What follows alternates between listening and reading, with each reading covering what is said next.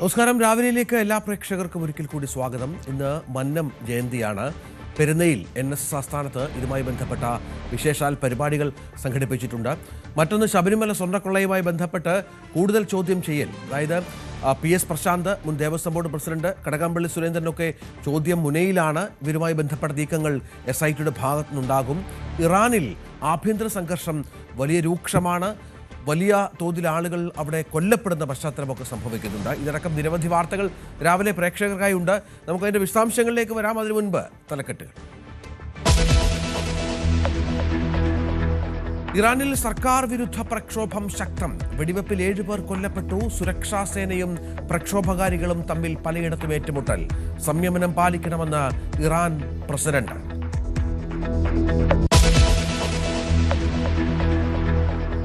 സ്വിറ്റ്സർലൻഡിലെ പുതുവത്സരാഘോഷത്തിലെ തീപിടുത്തത്തിൽ മരണം 40. പരിക്കേറ്റത് 100-ലധികം പേർക്ക്. അപകടം മൊണ്ടാനയിലെ സ്വകാര്യ റിസോർട്ടിൽ.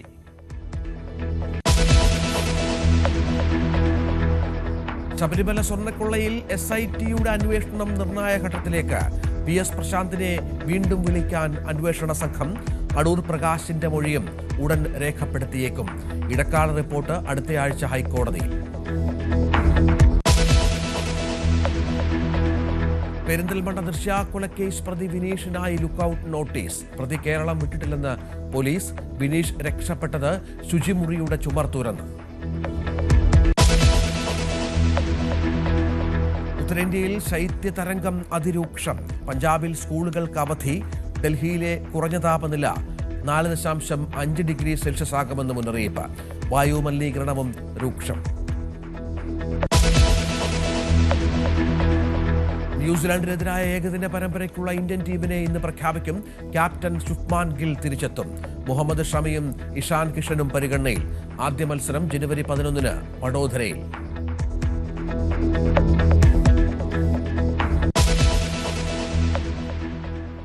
നമ്മൾ വാർത്തകളുടെ വിശദാംശങ്ങളിലേക്ക് കടക്കുമ്പോൾ ആദ്യം ഇറാനിലേക്ക് തന്നെ പോകണം. അവിടെ കറൻസിയുടെ മൂല്യം കുത്തനെ ഇടിഞ്ഞ് രാജ്യം വല്ലാത്ത ഒരു പ്രതിസന്ധിയിലാണ് എന്നുള്ളതാണ്. അവിടെ വലിയ പണപ്പെരുപ്പം, വിലക്കയറ്റമൊക്കെ സംഭവിക്കുന്നു. ഒരാഴ്ചയായി ജനകീയ പ്രക്ഷോഭം, അതും അവിടുത്തെ സർക്കാരിനെതിരെ നടക്കുന്ന പശ്ചാത്തലമുണ്ട്. ഇപ്പോൾ ആ പ്രക്ഷോഭത്തിൻ്റെ ഒരു വ്യാപ്തി വർദ്ധിക്കുന്നു. പ്രക്ഷോഭം അക്രമാസക്തമാകുന്നു. പ്രതിഷേധക്കാരുമായി ഏറ്റുമുട്ടൽ സ്ഥിരമായി സംഭവിക്കുന്നു. സുരക്ഷാ ഉദ്യോഗസ്ഥൻ കൊല്ലപ്പെട്ടു എന്നുള്ള അതീവ ഗുരുതര സാഹചര്യം അവിടെയുണ്ട്. ഇതോടെ കൊല്ലപ്പെട്ടവരുടെ എണ്ണം 7 ആയി എന്നാണ് ഏറ്റവും പുതിയ കണക്കായി പുറത്തു വരുന്നത്. സ്വേച്ഛാധിപതിയെ താഴെ ഇറക്കുക, ഖമേനിയെ താഴെ ഇറക്കുക തുടങ്ങിയ മുദ്രാവാക്യങ്ങൾ മുഴക്കിയാണ് പ്രതിഷേധം ഉയരുന്നത്. കഴിഞ്ഞ 3 വർഷത്തിനിടെ രാജ്യം കണ്ട ഏറ്റവും വലിയ പ്രക്ഷോഭമാണ് ഇറാനിൽ നടക്കുന്നത്. അത് ഇറാനെ സംബന്ധിച്ചിടത്തോളം ഗുരുതരമായ ഒരു സാഹചര്യം സൃഷ്ടിക്കുന്നുണ്ട്. MG മിഥുൻ ഏറ്റവും പുതിയ വിവരങ്ങളുമായി ചേരുകയാണ്. മിഥുന്, ഇറാനിൽ ആഭ്യന്തര പ്രശ്നങ്ങൾ രൂക്ഷമാണ്. വിലക്കയറ്റം നേരത്തെ പറഞ്ഞതുപോലെ ആ രാജ്യത്തെ വല്ലാതെ പിടിച്ചുലയ്ക്കുന്നു. ജനങ്ങളൊക്കെ അസംതൃപ്തിയിലാണ്. ഇപ്പോൾ അതിൻ്റെ പ്രതിഫലനം കൂടുതലായി കണ്ടു തുടങ്ങിയിട്ടുണ്ടല്ലേ? രജിത്ത്, ആ ഒരു സാഹചര്യം തന്നെയാണ് നിലനിൽക്കുന്നത്. നമുക്കറിയാം, 6 മാസം മുൻപാണ് ഇസ്രായേൽ ഇറാനെതിരെ കടുത്ത രീതിയിലുള്ള ആക്രമണം ഉണ്ടാവുകയും ഒപ്പം തന്നെ പിന്നാലെ ആണവ കേന്ദ്രങ്ങൾ ലക്ഷ്യമിട്ടുകൊണ്ട് അമേരിക്ക പോലും ഇത്തരത്തിൽ മിസൈൽ ആക്രമണമൊക്കെ നടത്തുകയും ചെയ്ത് അതിൽ നിന്ന് കരകയറി വന്നത് അതിവേഗത്തിലായിരുന്നു ഇറാൻ എന്നുള്ളത് തന്നെയാണ്. അതിൽ പിന്നാലെയാണ് ഇപ്പോൾ ഇറാനെ പിടിച്ചുകൊണ്ട് സ്വന്തം നാട്ടിലുള്ളവർ തന്നെ ഒരു വലിയ പ്രക്ഷോഭത്തിലേക്ക് ഇറങ്ങിത്തിരിച്ചിരിക്കുന്നു എന്നുള്ളതാണ്. പ്രത്യേകിച്ച് വിദ്യാർത്ഥികളാണ് ഇതിൻ്റെ മുൻപന്തിയിൽ നിൽക്കുന്നത് എന്നുള്ളത് തന്നെയാണ് ഏറ്റവും പ്രധാനപ്പെട്ട കാര്യം. അതായത് ഈ കറൻസി, ഇറാനിലെ കറൻസിക്ക് ഡോളറിനെതിരെ കൂടുതൽ മൂല്യം ഇടിഞ്ഞതുമായി ബന്ധപ്പെട്ട കഴിഞ്ഞ ഞായറാഴ്ചയാണ് ഇതുമായി ബന്ധപ്പെട്ടുള്ള പ്രക്ഷോഭങ്ങളുടെ ഒരു തുടക്കമെന്ന് പറയുന്നത്. അപ്പോൾ വ്യാപാരികളായിരുന്നു ഈ ടെഹ്റാൻ നഗരത്തിലെ തലസ്ഥാന നഗരിയായ ടെഹ്റാനിലെ ചില വ്യാപാര ഇടങ്ങളിൽ, ചില മാർക്കറ്റുകൾ കേന്ദ്രീകരിച്ചുകൊണ്ട് വ്യാപാരികളായിരുന്നു ഇത്തരത്തിൽ ആദ്യം തുടക്കത്തിൽ ആക്രമണവുമായി രംഗത്ത്, അല്ലെങ്കിൽ പ്രതിഷേധവുമായി രംഗത്തിറങ്ങുന്നത്. അത് പിന്നാലെ വിദ്യാർത്ഥി സംഘടനകളെല്ലാം തന്നെ ഏറ്റെടുക്കുന്ന ഒരു സ്ഥിതിവിശേഷം, അത് പിന്നീട് അതിരൂക്ഷമാകുന്ന കാഴ്ചയാണ് നമുക്ക് ഇറാനെ സംബന്ധിച്ച് കാണാൻ സാധിക്കുന്നത്.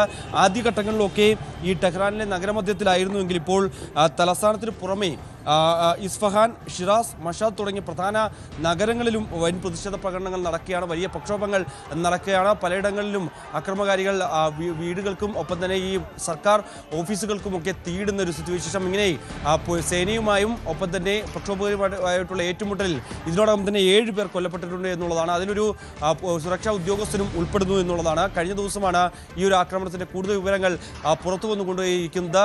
ഇതിൽ അടിച്ചമർത്തലിന് വേണ്ടിയുള്ള ഈ പ്രക്ഷോഭങ്ങൾ പലയിടങ്ങളിലും ഇറാനിൽ നടക്കുന്ന സാഹചര്യത്തിൽ അത് അടിച്ചമർത്തുന്നതിന് വേണ്ടിയുള്ള ശ്രമങ്ങൾ സേനയുടെ ഭാഗത്തുനിന്ന് ഉണ്ടാകുന്നുണ്ട് എന്നുള്ളതാണ്. അതായത് നമുക്ക് ഇറാനെ സംബന്ധിച്ചറിയാം, അവിടെ ഇറാന്റെ സേന ഉണ്ട്, ഒപ്പം തന്നെ മറ്റൊരു സമാന്തര സേനയും ഇറാനിലെ ഈ ഒരു കമനി ഭരണകൂടത്തിൻ്റെ ഭാഗമായി ഉണ്ട് എന്നുള്ളതാണ്. IRGC, അവിടുത്തെ ഇറാൻ റവല്യൂഷണറി ഗാർഡ് കോപ്സ് എന്ന് പറയുന്ന ഒരു 4 ട്രൂപ്പ് എന്ന രീതിയിലാണ് അവിടെ ഈ ഭരണം കൈയാളുകയും ഒപ്പം തന്നെ ഇതിൻ്റെ പ്രവർത്തനങ്ങൾ ഏകോപിച്ച് മുന്നോട്ട് പോവുകയും ചെയ്യുന്നത്. അതായത് ഒരു സർക്കാരിൻ്റെ സമാന്തര ഒരു സേന എന്ന രീതിയിലാണ് ഈ സേന വിഭാഗം പ്രവർത്തിപ്പിക്കുകയും ചെയ്യുന്നത്. അവർ ഇത്തരത്തിൽ ഈ പ്രതിഷേധങ്ങളെ അടിച്ചമർത്തുന്നതിന് വേണ്ടിയുള്ള ശ്രമങ്ങൾ നടത്തുന്നുണ്ട്. പക്ഷേ അത് കാര്യമായ രീതിയിൽ പുരോഗതിയിൽ വരുന്നില്ല എന്നുള്ളതാണ്. 2022 ഏറ്റവും ഒടുവിൽ ഇറാനിൽ വലിയ ആഭ്യന്തര കലാപം ഉണ്ടായത്. അന്ന് ഇത്തരത്തിൽ ഹിജാബ് നിയമം ലംഘിച്ചതിന് അറസ്റ്റിലായിട്ടുള്ള ഈ മഹ്സാമിനിയുടെ മരണത്തെ തുടർന്നുണ്ടായ കലാപമായിരുന്നു അന്നുണ്ടായിരുന്നത്. അത് ഏകദേശം അന്ന് വലിയ സമരത്തിലേക്ക് പോവുകയും വലിയ പ്രതിഷേധത്തിലൊക്കെ പോവുകയും അന്ന് പോലീസ് ഇന്റർനെറ്റ് വിച്ഛേദിച്ചും ഒപ്പം തന്നെ വെടിവയ്പ്പിലൂടെയും ഒക്കെ ആയിരുന്നു ഒരു ആക്രമണത്തെ അവർ ചെറുത്തുകയും ചെയ്തു. അത് കുറച്ച് ദിവസങ്ങൾ കൊണ്ട് തന്നെ അത് കെട്ടടക്കാൻ അവിടുത്തെ സേനാ വിഭാഗങ്ങൾക്ക് സാധിക്കുകയും ചെയ്തു. പക്ഷേ അന്നുണ്ടായ ഒരു സാഹചര്യമല്ല ഇപ്പോഴെന്നുള്ളതാണ്. അതായത് വലിയ രീതിയിൽ ഈ ഡോളറിന് എതിരെ വ്യാപാരം ഇപ്പോൾ നടത്തുന്ന വലിയ രീതിയിൽ മൂല്യത്തകർച്ച ഉണ്ടാകുന്നു എന്നുള്ളതാണ്. അതായത് ഏറ്റവും ഒടുവിൽ 2015 ഇത്തരത്തിൽ റെക്കോർഡ് തകർച്ചയിലേക്ക് ഈ റിയാല് പോകുന്നത്. അതായത് അന്ന് ഡോളറിനെതിരെ 32,000 റിയാലായിരുന്നു അന്ന് വ്യാപാരം ഉണ്ടായത്. ആ രീതിയിലായിരുന്നു റെക്കോർഡ് വർധന, ഈ മൂല്യ തകർച്ച ഒക്കെ അന്നുണ്ടായിരുന്നു. പക്ഷേ 2015 അപേക്ഷിച്ച് 10 വർഷം പിന്നിടുമ്പോൾ ഏകദേശം ഇപ്പോൾ 13,90,000 എന്ന നിലയിലേക്ക്, അതായത് ഡോളറിനെതിരെ റിയാലിൻ്റെ മൂല്യം ഇപ്പോൾ 13,90,000 എന്ന നിലയിലേക്ക് അത്രത്തോളം കുത്തുന്നു എന്നുള്ളതാണ് ഏറ്റവും പ്രധാനപ്പെട്ട കാര്യം. അതുകൊണ്ട് തന്നെയാണ് ഇത്രയും വലിയ പ്രതിഷേധത്തിന് കാരണമാവുകയും ചെയ്തത്. അതായത് 2025 നാണയപ്പെരുപ്പം, സാമ്പത്തിക സ്തംഭനാവസ്ഥ, അങ്ങനെ ഒരു ജനജീവിതം എങ്ങനെ ദുരിതമയമാക്കാമോ ആ തരത്തിലുള്ള പ്രശ്നങ്ങളൊക്കെ ഇറാൻ നേരിടുന്നുണ്ട് എന്ന കാര്യത്തിൽ യാതൊരു സംശയവുമില്ല. തലസ്ഥാനത്ത് സർവകലാശാലകളിൽ പ്രതിഷേധമുണ്ട്, വിദ്യാർത്ഥികളടക്കം പ്രതിഷേധത്തിൻ്റെ ഭാഗമാണ് എന്നറിയുന്നു.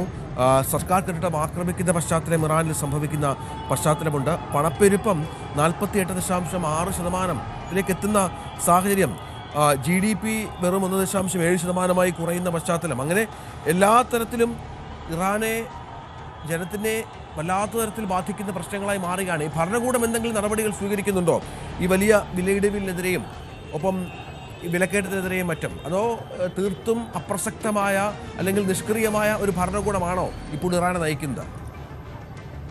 രഞ്ജിത്ത്, അതായത് മസൂദ് പെസഷ്കിയാൻ, ഇറാനിയൻ പ്രസിഡന്റ് ഈ സമരക്കാരുമായി അല്ലെങ്കിൽ ഈ പ്രതിഷേധക്കാരുമായി സംസാരിക്കണം, അവരുമായി ഒരു ചർച്ചയ്ക്ക് തയ്യാറാണ് ഭരണകൂടം എന്ന രീതിയിലുള്ള അറിയിപ്പുകളൊക്കെ കഴിഞ്ഞ ദിവസം പുറത്തു വരികയും ചെയ്തു. ഇതിന് അവിടുത്തെ ആഭ്യന്തരമന്ത്രിയും വിദേശകാര്യ മന്ത്രിയും ഇതുമായി ബന്ധപ്പെട്ടുള്ള കാര്യങ്ങൾക്കായി ചുമതലപ്പെടുത്തുകയും ചെയ്തിട്ടുണ്ട്. പക്ഷേ ആരുമായി ചർച്ച ചെയ്യണം എന്നുള്ള കാര്യത്തിൽ ഇപ്പോഴും ഒരു വ്യക്തത വന്നിട്ടില്ല എന്നുള്ളതാണ്. അതായത് ഈ പ്രതിഷേധങ്ങൾ ഇങ്ങനെ നടക്കുന്നു, വിദ്യാർത്ഥികളുടെ പ്രക്ഷോഭമാണ് നടക്കുന്നത്, ഒപ്പം തന്നെ വ്യാപാരികളുമൊക്കെ രംഗത്ത് വരുന്ന ഒരു സ്ഥിതിവിശേഷം. പക്ഷേ ഇവർക്കൊരു സംഘടനയില്ല എന്നുള്ളതാണ് ഈ ആരുമായി ചർച്ചയ്ക്ക് വരുമെന്നുള്ളത്. അതായത് നമുക്കറിയാം, നേപ്പാളിൽ ആദ്യം ജെൻസി പ്രക്ഷോഭമൊക്കെ നടന്നപ്പോഴും സമാനമായ രീതിയിലായിരുന്നു ആദ്യം ഇത്തരത്തിൽ പ്രക്ഷോഭങ്ങൾ ഉണ്ടായത്. പിന്നാലെയായിരുന്നു അതിലൊരു സംഘടന രംഗത്ത് വരികയും അല്ലെങ്കിൽ അവർ പ്രതിഷേധക്കാർക്കിടയിൽ ഒരു സമാന്തര ഒരു അംഗങ്ങളെ രൂപപ്പെടുത്തിക്കൊണ്ട് ഒരു ചർച്ചയ്ക്ക് അവർ തയ്യാറാകുന്ന അന്ന് നമ്മൾ കണ്ടതാണ്. അതേ രീതിയിൽ ഇവിടെയും അങ്ങനെ ഒരു രീതിയിലേക്ക് കാര്യങ്ങൾ എത്തുമെന്ന് തന്നെയാണ് ഭരണകൂടങ്ങൾ കണക്കിലാക്കുന്നത്. ഒപ്പം തന്നെ രഞ്ജിത്ത് സൂചിപ്പിച്ചതുപോലെ തന്നെ നിലവിലെ സാഹചര്യത്തിൽ, അതായത് 40 മാസത്തെ ഏറ്റവും ഉയർന്ന നിരക്കായ 48.6 ഇത്തരത്തിൽ പണപ്പെരുപ്പം എത്തിയിരിക്കുന്നു എന്നുള്ളത് തന്നെയാണ്. അതുമൂലം കഴിഞ്ഞ വർഷത്തെ അപേക്ഷിച്ച് ഭക്ഷണ സാധനങ്ങൾക്ക് ഏതാണ്ട് 72%, മരുന്നുകൾക്ക് 50% വില വർദ്ധിച്ചതാണ് ഇത്തരത്തിൽ ജനരോക്ഷം ഇത്രയും അധികം രൂക്ഷമാകാൻ സാധിച്ചത്. അതായത് ഇനിയും കാരണം ഇത് 2025 കണക്കാണ്. ഇപ്പോൾ 2 ദിവസമായിട്ടേ ഉള്ളൂ 2026 പുതുവർഷത്തിലേക്ക് കടന്നിട്ട്. അതിൻ്റെ GDP ഏത് തരത്തിലേക്ക് പോകും? ഒപ്പം തന്നെ ഈ മാർച്ച് 21 മുതൽ ഇത്തരത്തിൽ നികുതി വർദ്ധിപ്പിക്കാനുള്ളൊരു സർക്കാരിൻ്റെ ഒരു തീരുമാനവും ഇതിനോടൊപ്പം തന്നെ കഴിഞ്ഞ വർഷം 2025 ഡിസംബർ അവസാനത്തോടു കൂടി ഇത്തരത്തിലൊരു പ്രഖ്യാപനവും സർക്കാരിൻ്റെ ഭാഗത്തുനിന്നുണ്ടായിരുന്നു. അതായത് ഈ മൂല്യത്തകർച്ചയും പണപ്പെരുപ്പവും ഒക്കെ രൂക്ഷമായിരിക്കുന്ന സാഹചര്യത്തിൽ ഇനിയും ഇത്തരത്തിൽ നികുതി കൂടുതൽ ഈടാക്കിയാൽ മാത്രമേ മുന്നോട്ട് പോകാൻ സാധിക്കൂ എന്നുള്ളൊരു വിലയിരുത്തൽ ഇത്തരത്തിൽ അവിടുത്തെ ഭരണകൂടത്തിൻ്റെ ഭാഗത്തുനിന്നുണ്ടായിരുന്നു. ഖമനേയുമായി, അതായത് നമുക്കറിയാം അവിടുത്തെ സർവാധിപതി എന്ന രീതിയിലാണ് ഖമനേയി മുന്നോട്ട് പോകുന്നത്. പെഹ്ലവി ഭരണം അട്ടിമറിച്ചതിന് ശേഷം പിന്നീട് തുടർച്ചയായി ഭരണം കൈയാളുന്നത് ഇത്തരത്തിൽ ഖമനേയി തന്നെയാണ്. അവരൊരു ജനാധിപത്യ വ്യവസ്ഥ ഉണ്ട് എങ്കിൽ പോലും തന്നെ എന്ന് പറയുമ്പോൾ പറയുമ്പോൾ പോലും തന്നെ ഇത്തരത്തിൽ ഖമനേയി എന്താണോ പറയുന്നത്, അവിടുത്തെ പരമോന്നത നേതാവ് എന്താണോ പറയുന്നത് അതിനനുസരിച്ചാണ് കാര്യങ്ങൾ മുന്നോട്ട് പോവുകയും ചെയ്യുന്നത്. അപ്പോൾ ഇതിനെതിരെ ഇത്തരത്തിൽ നികുതി ചുമത്താനുള്ളൊരു നീക്കം ഇവരുടെ ഭാഗത്തുനിന്ന് ഉണ്ടാവുകയും ചെയ്തു. അത് ജനത്തെ കൂടുതൽ ചൊടിപ്പിക്കുകയും ചെയ്യുന്നുണ്ട്. ഈ ഒരു ഘട്ടത്തിൽ ഏറ്റവും പ്രധാനമായും അവർ നോക്കിക്കാണുന്നത് ഇത്തരത്തിൽ ഇസ്രായേലിൻ്റെയും യുഎസിൻ്റെയും ഒക്കെ ഒരു പിന്തുണ, അതായത് ഈ പ്രക്ഷോഭകാരികൾക്ക് വലിയ പിന്തുണ അമേരിക്കയും ഒപ്പം തന്നെ ഇസ്രായേലും പ്രഖ്യാപിച്ചിട്ടുണ്ട് എന്നുള്ളതാണ് ഏറ്റവും പ്രധാനപ്പെട്ട കാര്യമെന്ന് പറയുന്നത്. അതായത് അവിടുത്തെ വരാൻ പോകുന്ന ഇറാനെ സമ്പുഷ്ടമാക്കുകയും ഒപ്പം തന്നെ അവിടുത്തെ ജനജീവിതം കൂടുതൽ സുഗമമാക്കുന്നതിനും വിദ്യാർത്ഥികൾ വഹിക്കുന്ന പങ്ക് വളരെ വലുതാണ്. അതുകൊണ്ട് തന്നെ അവരുടെ ആവശ്യങ്ങൾ അത് അംഗീകരിച്ച് മുന്നോട്ട് പോകണം. ഇപ്പോൾ ഇറാനിലെ ജനത കൊടിയ ഭീകരതയാണ് നേരിടുന്നത്. കൊടിയ രീതിയിലുള്ള ചില ആക്രമണങ്ങൾ സർക്കാരിൻ്റെ ഭാഗത്തുനിന്ന് ഉണ്ടാകുന്നു. അത്തരത്തിൽ നികുതിയിലൂടെ ഇത്തരത്തിൽ ജനങ്ങളെ കൂടുതൽ അവരുടെ ജീവിതത്തെ വലിയ രീതിയിൽ ബാധിച്ചുകൊണ്ട് അവരെ കൂടുതൽ ദുരിതത്തിലേക്ക് തള്ളിവിടുന്ന തരത്തിലേക്ക് അവിടുത്തെ ഭരണകൂടം മാറുന്നു എന്ന രീതിയിലാണ് ഇത്തരത്തിൽ യുഎസിൻ്റെയും ഒപ്പം തന്നെ ഇസ്രായേലിൻ്റെയും ഒക്കെ ഒരു പ്രതികരണം വന്നിരിക്കുന്നത്. അത് വളരെ ശ്രദ്ധാപൂർവമാണ് ഇത്തരത്തിൽ ഇറാനിയൻ ഭരണകൂടം നോക്കിക്കാണുന്നത്. പ്രത്യേകിച്ച് നമുക്കറിയാം 6 മാസം കാലമായി മാത്രമേ ഉള്ളൂ ഇത്തരത്തിൽ ആണവ സമ്പുഷ്ടീകരണം അത് കൂടുതൽ അതുമായി ബന്ധപ്പെട്ടുള്ള നടപടികളുമായി ഇറാൻ മുന്നോട്ട് പോവുകയും അതിന് ഇത്തരത്തിൽ ഇസ്രായേൽ രംഗത്ത് വരികയും ഇസ്രായേലിൻ്റെ ഒരു ആക്രമണം ഉണ്ടാകുകയും ചെയ്തത്. അപ്പോൾ ഈ ഘട്ടത്തിൽ ഇവരുടെ ഈ ഒരു പിന്തുണ അല്ലെങ്കിൽ ഈ പ്രക്ഷോഭകാരികൾക്ക് നൽകുന്ന പിന്തുണ അത് തങ്ങളുടെ ഭരണത്തെ അട്ടിമറിക്കുന്നതിന് വേണ്ടി വഴിവെച്ചേക്കുമെന്നുള്ളൊരു വിലയിരുത്തൽ ഏതായാലും ഒട്ടും ആശാവഹമല്ല ഇറാനിലെ കാര്യങ്ങൾ എന്നുള്ളതാണ്. ഒരു സർക്കാരിന് ഇടപെട്ട് പരിഹരിക്കാവുന്ന പ്രതിസന്ധിക്ക് അപ്പുറത്തേക്ക് അത് വളർന്നു കഴിഞ്ഞു എന്നാണ് MG മിഥുൻ റിപ്പോർട്ട് ചെയ്യുന്നത്. വലിയ വിലക്കയറ്റമുണ്ട്, പണപ്പെരുപ്പമുണ്ട്, സാമ്പത്തികമായ അസ്ഥിരതയുണ്ട്, ജനങ്ങളുടെ കയ്യിൽ പണമില്ലാത്ത സാഹചര്യമുണ്ട്, സാധനങ്ങൾ വാങ്ങാൻ പറ്റാത്ത തരത്തിൽ ഉള്ള പ്രശ്നങ്ങളുണ്ട്, ക്ഷാമമുണ്ട്. അങ്ങനെ ഒരു വലിയ മൂല്യത്തകർച്ച ഡോളറിനെതിരെ ഉണ്ടായ സാഹചര്യം ഇറാനെ വല്ലാതെ അസ്വസ്ഥമാക്കുന്നുണ്ട്. ഇവിടെയാണ് ജനം തെരുവിലിറങ്ങി സർക്കാരിനെതിരെയുള്ള പ്രക്ഷോഭം അതുമായി മുന്നോട്ട് പോകുന്നത്. MG മിഥുനാണ് വിവരങ്ങൾ പങ്കുവച്ചത്. സ്വിറ്റ്സർലൻഡിൽ ഇന്നലെയാണ് പുതുവത്സരാഘോഷങ്ങൾക്കിടെ 40ഓളം പേരുടെ മരണത്തിനിടയാക്കിയ അഗ്നിബാധ ഉണ്ടായത്. അത് അവിടുത്തെ ഒരു ബാറിൽ മനസ്സിലാക്കുന്നത് ബാറിൽ അവിടെ പടക്കം കത്തിക്കുന്ന സാഹചര്യം ഉണ്ടായിരുന്നു. തുടർന്ന് ഈ പടക്കത്തിൽ നിന്ന് പൂത്തിരിയിൽ നിന്നും കമ്പിത്തിരിയിൽ നിന്നും മറ്റും പടർന്ന തീയാണ് ആ ബാറിനെ പൂർണ്ണമായും കത്തി നശിക്കാനിടയാക്കിയത് എന്നുള്ളതാണ്. അവിടെ വളരെ ഇടുങ്ങിയ മരത്തൂണുകൾ ഒപ്പം ഗോവേണികളൊക്കെ ഉള്ളൊരു ബാറാണ്. ഇത് അപകടത്തിൻ്റെ വ്യാപ്തി കൂട്ടി എന്നാണ് മനസ്സിലാക്കേണ്ടത്. തീവ്രവാദ ആക്രമണമല്ല ഈ സംഭവമെന്ന് പോലീസ് സ്ഥിരീകരിച്ച ഒരു പശ്ചാത്തലം കൂടിയുണ്ട്. കമ്പിത്തിരയിൽ നിന്ന് തീ പടർന്നു എന്ന് ആണ് പ്രാഥമികമായി കണ്ടെത്തിയിരിക്കുന്നത്. കൂടുതൽ അന്വേഷണം നടക്കുകയാണ്. നിരവധി ആളുകൾ 500ഓളം ആളുകൾ ഈ ബാറിൽ ഉണ്ടായിരുന്നു എന്നാണ് മനസ്സിലാക്കേണ്ടത്. ഇതിൽ 40 പേർ കൊല്ലപ്പെട്ടു, 100-ലധികം പേർക്ക് പരിക്കേറ്റു. അതിൽ ഒരു വലിയ ശതമാനം ആളുകളുടെ പരിക്ക് ഗുരുതരമാണ് എന്ന വിവരം കൂടിയുണ്ട്. ഈ സംഭവം ഉണ്ടായത് ക്രാൻസ് മൊണ്ടാനയിലെ ഒരു സ്വകാര്യ റിസോർട്ടിലെ ബാറിലാണ് ഈ സംഭവം ഉണ്ടായത്. അജയ് വിവരം പങ്കുവെക്കും. അജയ് സുധാ ബിജു ഏറ്റവും പുതിയ വിവരങ്ങളുമായി ചേരുകയാണ്. അജയ്, വലിയ അപകടമാണ്.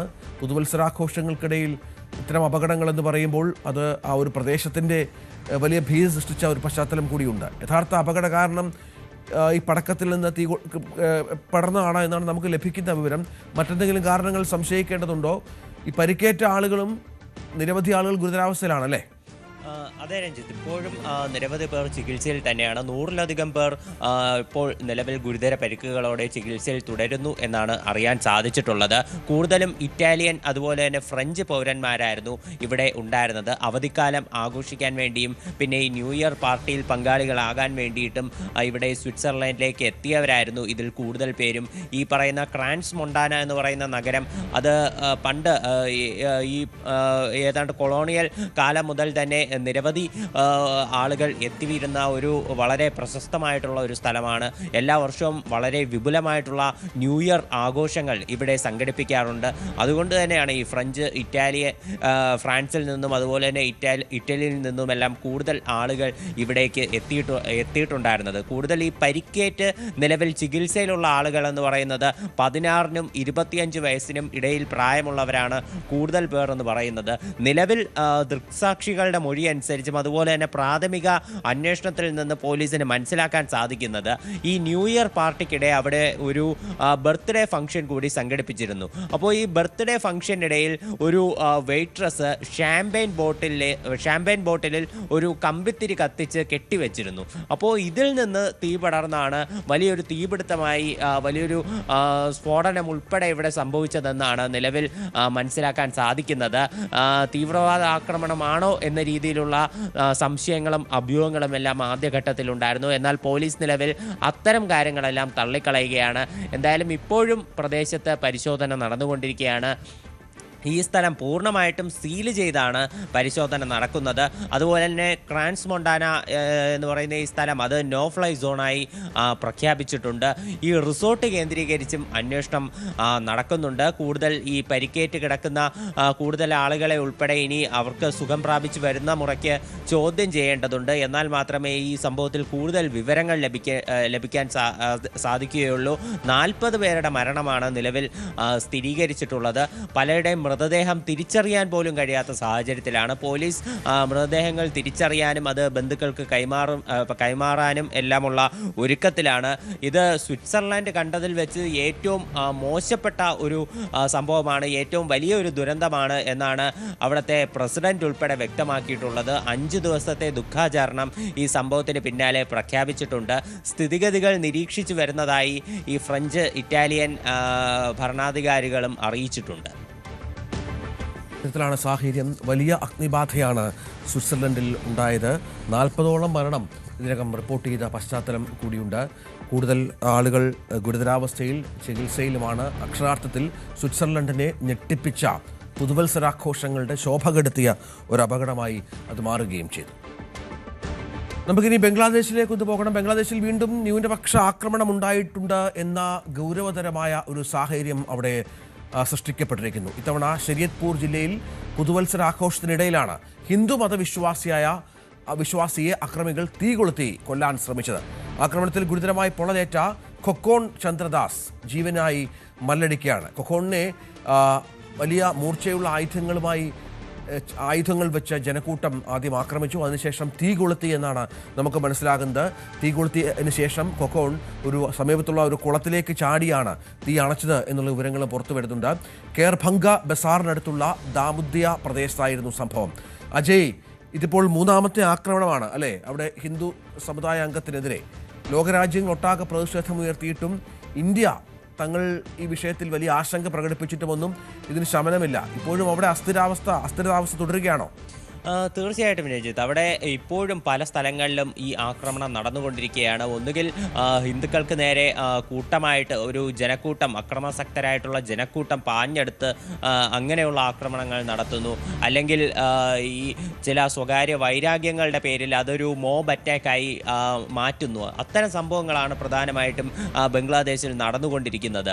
ഈ ദീപു ചന്ദ്രദാസിൻ്റെ കൊലപാതകം തന്നെയും അയാൾക്ക് ഫാക്ടറിയിൽ ഒരു സ്ഥാനക്കയറ്റം ഉണ്ടായതിൻ്റെ പേരിൽ ഈ അയാളുടെ സഹപ്രവർത്തകർക്കുണ്ടായിട്ടുള്ള ഒരു വൈരാഗ്യം കാരണമാണ് ഇത് പിന്നീട് ഒരു മോബ് അറ്റാക്ക് മറ്റൊരു നിലയിലേക്ക് എത്തിയത്. ഈ സഹപ്രവർത്തകരാണ് ഇയാൾ ഈ ഇസ്ലാം മതവിരുദ്ധത പ്രചരിപ്പിച്ചു എന്നുള്ള രീതിയിലൊരു പ്രചരണം അവിടെ ഈ ആൾക്കൂട്ടം പ്രകോപിതരായി നിന്ന ആൾക്കൂട്ടത്തിലേക്ക് പടർത്തുകയും ഇത് വലിയൊരു രീതിയിൽ ഇയാളെ തല്ലിക്കൊന്ന് ഈ കെട്ടിത്തൂക്കി കത്തിക്കുന്ന ഒരു അവസ്ഥയിലേക്ക് വരെ എത്തിച്ചത്. പിന്നെ രണ്ടാമത്തെ സംഭവം പിന്നെ അമൃത് മൊണ്ടാൽ എന്ന് പറയുന്ന ഒരു യുവാവിനെതിരെയുള്ള ആക്രമണമായിരുന്നു. ഇയാൾ മണി ലോണ്ടറിംഗ് നടത്തി എന്നാരോപിച്ചാണ് നിരവധി ആളുകൾ ഇയാളെ കൂട്ടമായി മർദ്ദിച്ച് കൊലപ്പെടുത്തുന്ന ഒരു അവസ്ഥയിലേക്ക് എത്തിയത്. ഇപ്പോൾ ഇത് 3ാമത്തെ സംഭവമാണ്. ഈ പറയുന്ന ഖോക്കോൺ ചന്ദ്രദാസ് എന്ന് പറയുന്ന 50കാരൻ, ഇയാൾക്ക് ഒരു ഭാര്യയും 3 മക്കളും ഉൾപ്പെടെയുണ്ട്. ഈ പുതുവത്സര ആഘോഷങ്ങളുടെ ഭാഗമായിട്ട് ഇയാളുടെ കട രാത്രിയും തുറന്നിരുന്നു. ഇയാളൊരു കച്ചവടക്കാരനാണ്. അപ്പോൾ രാത്രി കട തുറന്നിരുന്നിട്ട് പിന്നീട് ആഘോഷങ്ങളെല്ലാം കെട്ടടങ്ങിയതിന് ശേഷം കട അടച്ച് വീട്ടിലേക്ക് പോവുകയായിരുന്നു. ശരിയത്പൂർ ജില്ലയിലാണ് ഇത്തരമൊരു സംഭവം ഉണ്ടായത്. അപ്പോൾ വീട്ടിലേക്ക് പോകുന്ന വഴിക്ക് പിന്നിൽ നിന്നെത്തിയ ഏതാനും അക്രമികളായിട്ടുള്ള യുവാക്കൾ ഇയാളുടെ ശരീരത്തിൽ പല ഭാഗത്ത് കുത്തി പരിക്കേൽപ്പിച്ചു. വയറ്റിൽ ആഴത്തിലുള്ള ഒരു കുത്തേറ്റിട്ടുണ്ട് എന്നാണ് വിവരം ലഭിക്കുന്നത്. ശരീരത്തിൽ പല ഭാഗത്ത് കുത്തി മുറിവേൽപ്പിച്ച ശേഷം ഈ അക്രമികൾ ആരാണെന്ന് തിരിച്ചറിയാതിരിക്കാൻ വേണ്ടിയിട്ടാണ് തലയിലൂടെ പെട്രോൾ ഒഴിച്ച് തീ കൊളുത്തി നടത്തി ഇയാളെ കൊലപ്പെടുത്താൻ വേണ്ടി ശ്രമിച്ചത്. എന്നാൽ ഈ ഖോക്കോൺ ചന്ദ്രദാസ് എന്ന് പറയുന്ന വ്യക്തിക്ക് പെട്ടെന്നൊരു അയാൾ ധൈര്യം വീണ്ടെടുത്ത് സമീപത്തുള്ള ഒരു കുളത്തിലേക്ക് ചാടി രക്ഷപ്പെടുകയായിരുന്നു. ആദ്യം ഈ ശരീദ്പൂർ ജില്ലയിലെ തന്നെ ഒരു സ്വകാര്യ ആശുപത്രിയിലാണ് ആദ്യം പ്രവേശിപ്പിച്ചത്. എന്നാൽ ഈ പരിക്കുകൾ ഗുരുതരമായത് കാരണം ഇപ്പോൾ ധാക്കയിലുള്ള മറ്റൊരു ആശുപത്രിയിലേക്ക് ഇയാളെ മാറ്റിയിട്ടുണ്ട്. ഇപ്പോൾ ഈ ഡോക്ടർമാരുൾപ്പെടെ ഇയാളുടെ സ്ഥിതിഗതികൾ നിരീക്ഷിച്ചു വരികയാണ്. ഇയാളുടെ ഭാര്യയായിട്ടുള്ള സീമാദാസിനെ പോലീസ് ചോദ്യം ചെയ്തിട്ടുണ്ട്. അപ്പോൾ ഈ സീമാദാസ് പറയുന്നതനുസരിച്ച് തങ്ങൾക്ക് ആരുമായിട്ടും വൈരാഗ്യമില്ല, തങ്ങൾ സാധാരണ രീതിയിൽ ജീവിക്കുന്ന ഒരു കുടുംബമാണ്. ഇത് ഇത്തരത്തിൽ ഈ ബംഗ്ലാദേശിൽ നടക്കുന്ന ഹിന്ദുക്കൾക്കെതിരെയുള്ള വിരോധം ആ ഒരു സംഭവം കാരണമാണ് ഇത്തരമൊരു ആക്രമണം നടന്നതെന്നാണ് ഇപ്പോൾ നിലവിലുള്ള പ്രാഥമികമായിട്ടുള്ള സാഹചര്യത്തിൽ മനസ്സിലാക്കാൻ സാധിക്കുന്നത്. എന്തായാലും ഈ വിഷയത്തിൽ പോലീസ് അന്വേഷണം ആരംഭിച്ചു എന്നാണ് മനസ്സിലാക്കാൻ സാധിക്കുന്നത്. എന്നാൽ ഈ ദീപു ചന്ദ്രദാസിൻ്റെ കൊലപാതകം ഉൾപ്പെടെ ഏതാണ്ട് 20-ലധികം പേർ ഇപ്പോൾ അറസ്റ്റിലാണെങ്കിൽ പോലും ആ സംഭവത്തിൽ മറ്റ് പുരോഗതികളൊന്നും തന്നെ ഉണ്ടായിട്ടില്ല എന്നതാണ് വാസ്തവം. അതുപോലെ തന്നെ മറ്റൊരു ആരോപണം അവിടെ നിലനിൽക്കുന്നതെന്ന് പറയുന്നത് പല പോലീസുകാരും ഈ ന്യൂനപക്ഷ വിഭാഗങ്ങൾക്കെതിരെ ആക്രമണങ്ങൾ ഉണ്ടാകുമ്പോൾ ഇവരെ പിടികൂടി, ഈ ന്യൂനപക്ഷ വിഭാഗങ്ങളെ പിടികൂടി അക്രമികൾക്ക് കൈമാറുന്ന ഒരവസ്ഥയും അവിടെ ഉണ്ടാകാറുണ്ട് എന്നുള്ള രീതിയിലുള്ള ആക്ഷേപങ്ങളും പല ഭാഗത്തുമുണ്ട്. അപ്പോൾ ഈ നടക്കുന്ന അന്വേഷണങ്ങൾക്കെതിരെയും വ്യാപകമായിട്ടുള്ള വിമർശനവും ശക്തമാണ്. അതാണ് സാഹചര്യം. ഏതായാലും വലിയ തോതിലുള്ള പ്രശ്നങ്ങൾ ബംഗ്ലാദേശിൽ തുടരുകയാണ്. ന്യൂനപക്ഷ വിഭാഗങ്ങൾക്കെതിരെയുള്ള അതിക്രമമാണ് അതിൽ ഗൗരവതരമായുള്ളത്. മൂന്നാമത്തെ യുവാവാണ് അവിടെ ആക്രമിക്കപ്പെടുന്നത്. ഉത്തരേന്ത്യയിൽ ശൈത്യതരംഗം അതിരൂക്ഷമായി തുടരുന്നു. ഡൽഹിയിലെ കുറഞ്ഞ താപനില 4.5 ഡിഗ്രി സെൽഷ്യസ് ആകുമെന്നാണ് ഇപ്പോൾ മുന്നറിയിപ്പ്. പഞ്ചാബിൽ സ്കൂളുകൾക്ക് അവധി പ്രഖ്യാപിച്ചിട്ടുണ്ട്. ഡൽഹിയിൽ വായു മലിനീകരണവും രൂക്ഷമായി തുടരുകയാണ്.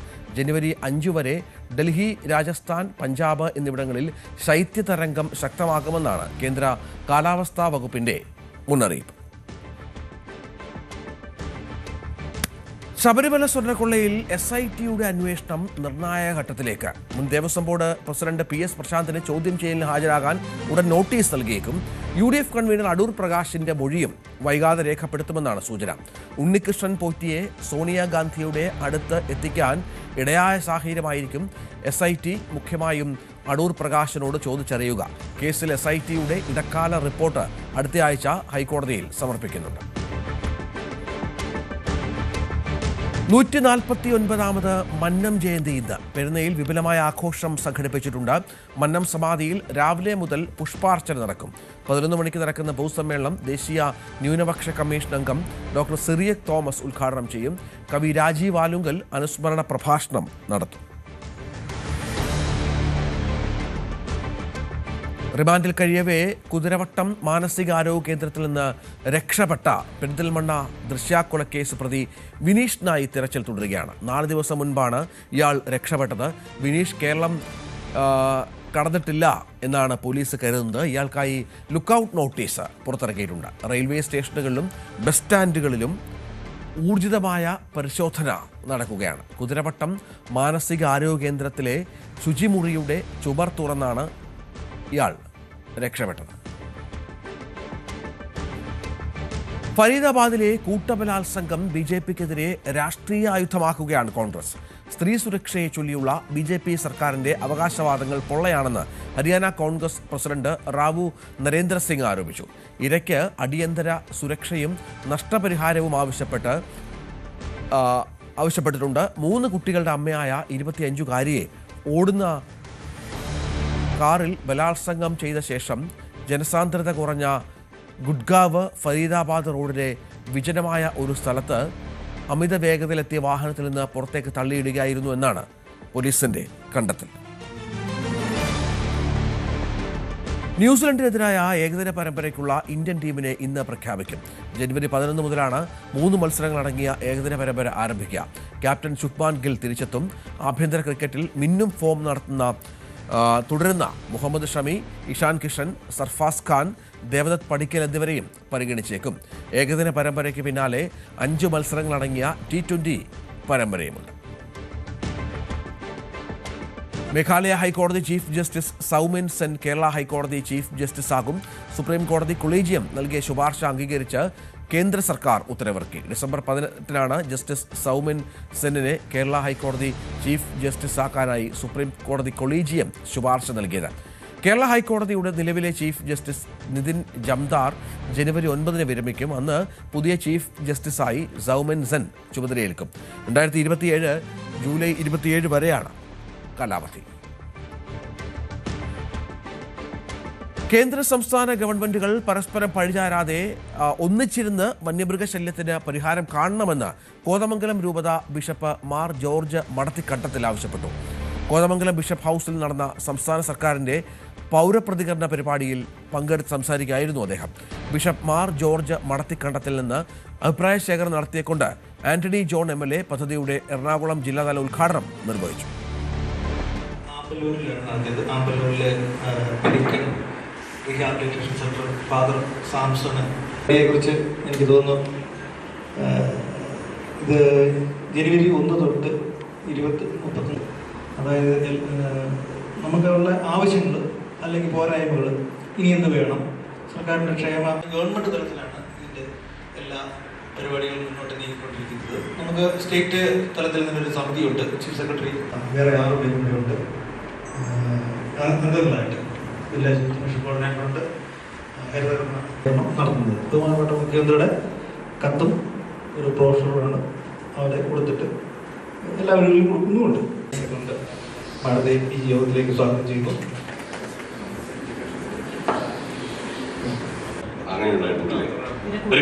യുവാക്കൾക്ക് ഇന്റർവ്യൂ മറ്റുള്ള കാര്യങ്ങൾക്ക് പോകാനായിട്ട് സോഷ്യൽ മീഡിയയുടെ പുതിയ കാലത്ത് അപ്രസക്തമാകുന്നതാണ് തപാലും തപാൽ സംവിധാനങ്ങളും, നമുക്കറിയാതെ. പക്ഷേ തൊടുപുഴയിൽ ഒരു കൂട്ടം വിദ്യാർത്ഥികൾ ഈ പുതുവത്സര ദിനത്തിൽ തപാൽ സംവിധാനത്തെ വീണ്ടെടുക്കാനുള്ള പ്രവർത്തനത്തിലാണ്. Kalayanthani Saint George higher secondary സ്കൂളിലെ കുട്ടികളാണ് ഈ പ്രയത്നത്തിന് പിന്നിൽ. പുതുവത്സരാശംസകൾ വെറും തമാശകളോ ഫോർവേഡ് മെസ്സേജുകളോ ഒക്കെ ആകുന്ന കാലത്ത് സ്വന്തം കൈപ്പടയിൽ സുഹൃത്തിന് കത്തെഴുതിക്കൊണ്ടാണ് കലയന്താനി സ്കൂളിലെ കുട്ടികളുടെ പുതുവത്സരാഘോഷം.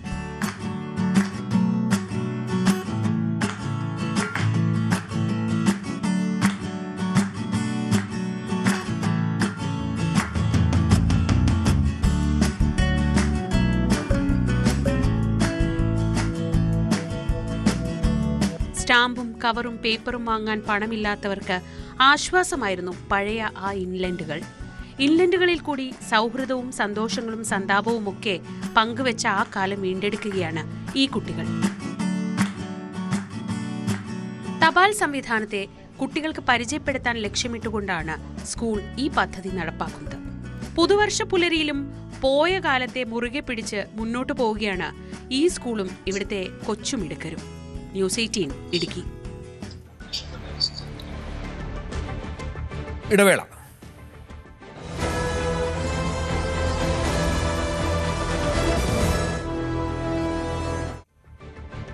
കൊച്ചി ധനുഷ്കോടി ദേശീയപാത 85-ൽ നടന്നുവരുന്ന നിർമ്മാണ ജോലികൾ നിർത്തിവെക്കാൻ ജില്ലാ ഭരണകൂടത്തിന്റെ ഉത്തരവ്. മൂന്നാറിലേക്ക് എത്തുന്ന വിനോദസഞ്ചാരികളുടെ തിരക്ക് വർദ്ധിച്ചതോടെ ദേശീയപാത നിർമ്മാണം കൂടുതൽ ഗതാഗത തടസ്സം സൃഷ്ടിക്കുന്നുവെന്നതിലാണ് പണികൾ നിർത്തിവെക്കാൻ തീരുമാനിച്ചത്. മറ്റൊരു അറിയിപ്പുണ്ടാകും വരെ നിർമ്മാണ ജോലികൾ നിർത്തിവെക്കാനാണ് ഇപ്പോൾ ഉത്തരവായിരിക്കുന്നത്. ഒരാഴ്ചയായി മൂന്നാറിലേക്ക് വിനോദസഞ്ചാരികളുടെ ഒഴുക്കാണ്. മൂന്നാർ മേഖലയും കൊച്ചി ധനുഷ്കോടി ദേശീയപാതയിലും ഇതോടെ വലിയ തിരക്കായി. ദേശീയപാതയിൽ പലയിടങ്ങളിലും നിർമ്മാണം നടന്നു വരുന്നുണ്ട്. വാഹനങ്ങളുടെ തിരക്കിനിടയിൽ ദേശീയപാതയുടെ നിർമ്മാണ പ്രവർത്തനങ്ങൾ നടക്കുന്നത് കൂടുതൽ ഗതാഗതക്കുരുക്കിന് ഇടയാക്കിയിരുന്നു. ഗതാഗതക്കുരുക്ക് രൂക്ഷമായതോടെ ദേശീയപാതയിലെ നവീകരണ ജോലികൾ തൽക്കാലം നിർത്തിവെക്കാൻ ജില്ലാ ഭരണകൂടം ഉത്തരവിട്ടു. നിർമ്മാണം നടക്കുന്ന ഭാഗങ്ങളിൽ പോലും നിലവിൽ ഗതാഗത നിയന്ത്രണമുണ്ട്. വിനോദസഞ്ചാരികളുടെ ഉൾപ്പെടെ ദിവസവും ആയിരക്കണക്കിന് വാഹനങ്ങൾ എത്തുന്നതോടെ മണിക്കൂറുകളോളം ഇരുദിശയിലേക്കുമുള്ള വാഹനങ്ങൾ കടന്നുപോകാൻ കഴിയാതെ കുടുങ്ങിക്കിടക്കും. ഈ സാഹചര്യത്തിലാണ് നിർമ്മാണ ജോലികൾ നിർത്തിവെക്കാൻ അധികൃതർ നിർദ്ദേശം നൽകിയത്. ഇനിയൊരു അറിയിപ്പുണ്ടാകും വരെ നിർമ്മാണ ജോലികൾ നിർത്തിവെക്കാനാണ് ഉത്തരവ്. ന്യൂസ് 18 മൂന്നാർ.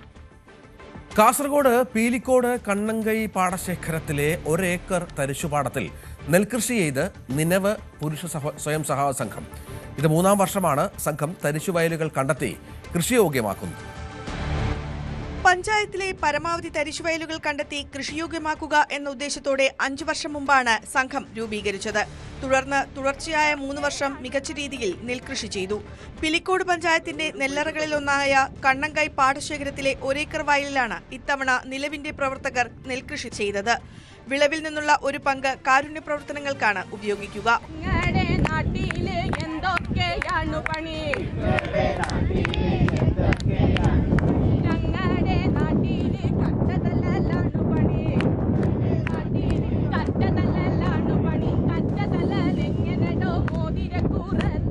എല്ലാ വർഷവും മികവുറ്റ രീതിയിൽ തന്നെ നമുക്ക് അതിൻ്റെ ഫലം കിട്ടുന്നുണ്ട്. നമ്മൾ കഴിഞ്ഞ കാലങ്ങളിലൊക്കെ ചെയ്തത്, നമ്മൾ വിളവെടുത്ത ശേഷം ഉണ്ടാകുന്ന അരി വൃദ്ധസദനത്തിൽ നമ്മൾ ഒരു നേരത്തെ ഭക്ഷണം കൊടുക്കുകയും അവർക്കൊരാഴ്ചത്തേക്ക് വേണ്ടുന്ന ഭക്ഷണത്തിനുള്ള അരി കൊടുക്കുകയൊക്കെ ചെയ്യുകയാണ് ചെയ്യുന്നത്. അങ്ങനെയുള്ള വളരെ പ്രധാനപ്പെട്ട നന്മയേറിയ പരിപാടികളാണ് നമ്മൾ ഈ കൃഷി കൊണ്ട്, നമ്മൾ കൃഷി ചെയ്ത് ലാഭം മാത്രം ഇച്ഛിച്ചുകൊണ്ടുള്ള പരിപാടിയല്ല, പല സാമൂഹ്യ പ്രവർത്തനങ്ങളും നമ്മൾ ഇതുകൊണ്ട് ചെയ്യുന്നുണ്ട്. ഉദിനൂർ ഗവൺമെന്റ് ഹയർ സെക്കൻഡറി സ്കൂളിലെ NSS വളണ്ടിയർമാരും ഇത്തവണത്തെ നടീൽ പ്രവർത്തികളിൽ പങ്കാളികളായി. മുതിർന്ന കർഷകരുടെ നിർദ്ദേശാനുസരണം 50ഓളം വിദ്യാർത്ഥികളാണ് ഞാറ്റടികളുമായി ചെളിയിലിറങ്ങിയത്. NSS programme coordinator Shyama teacher നാടൻ പാട്ടുമായി കുട്ടികൾക്ക് ആവേശം പകർന്നു.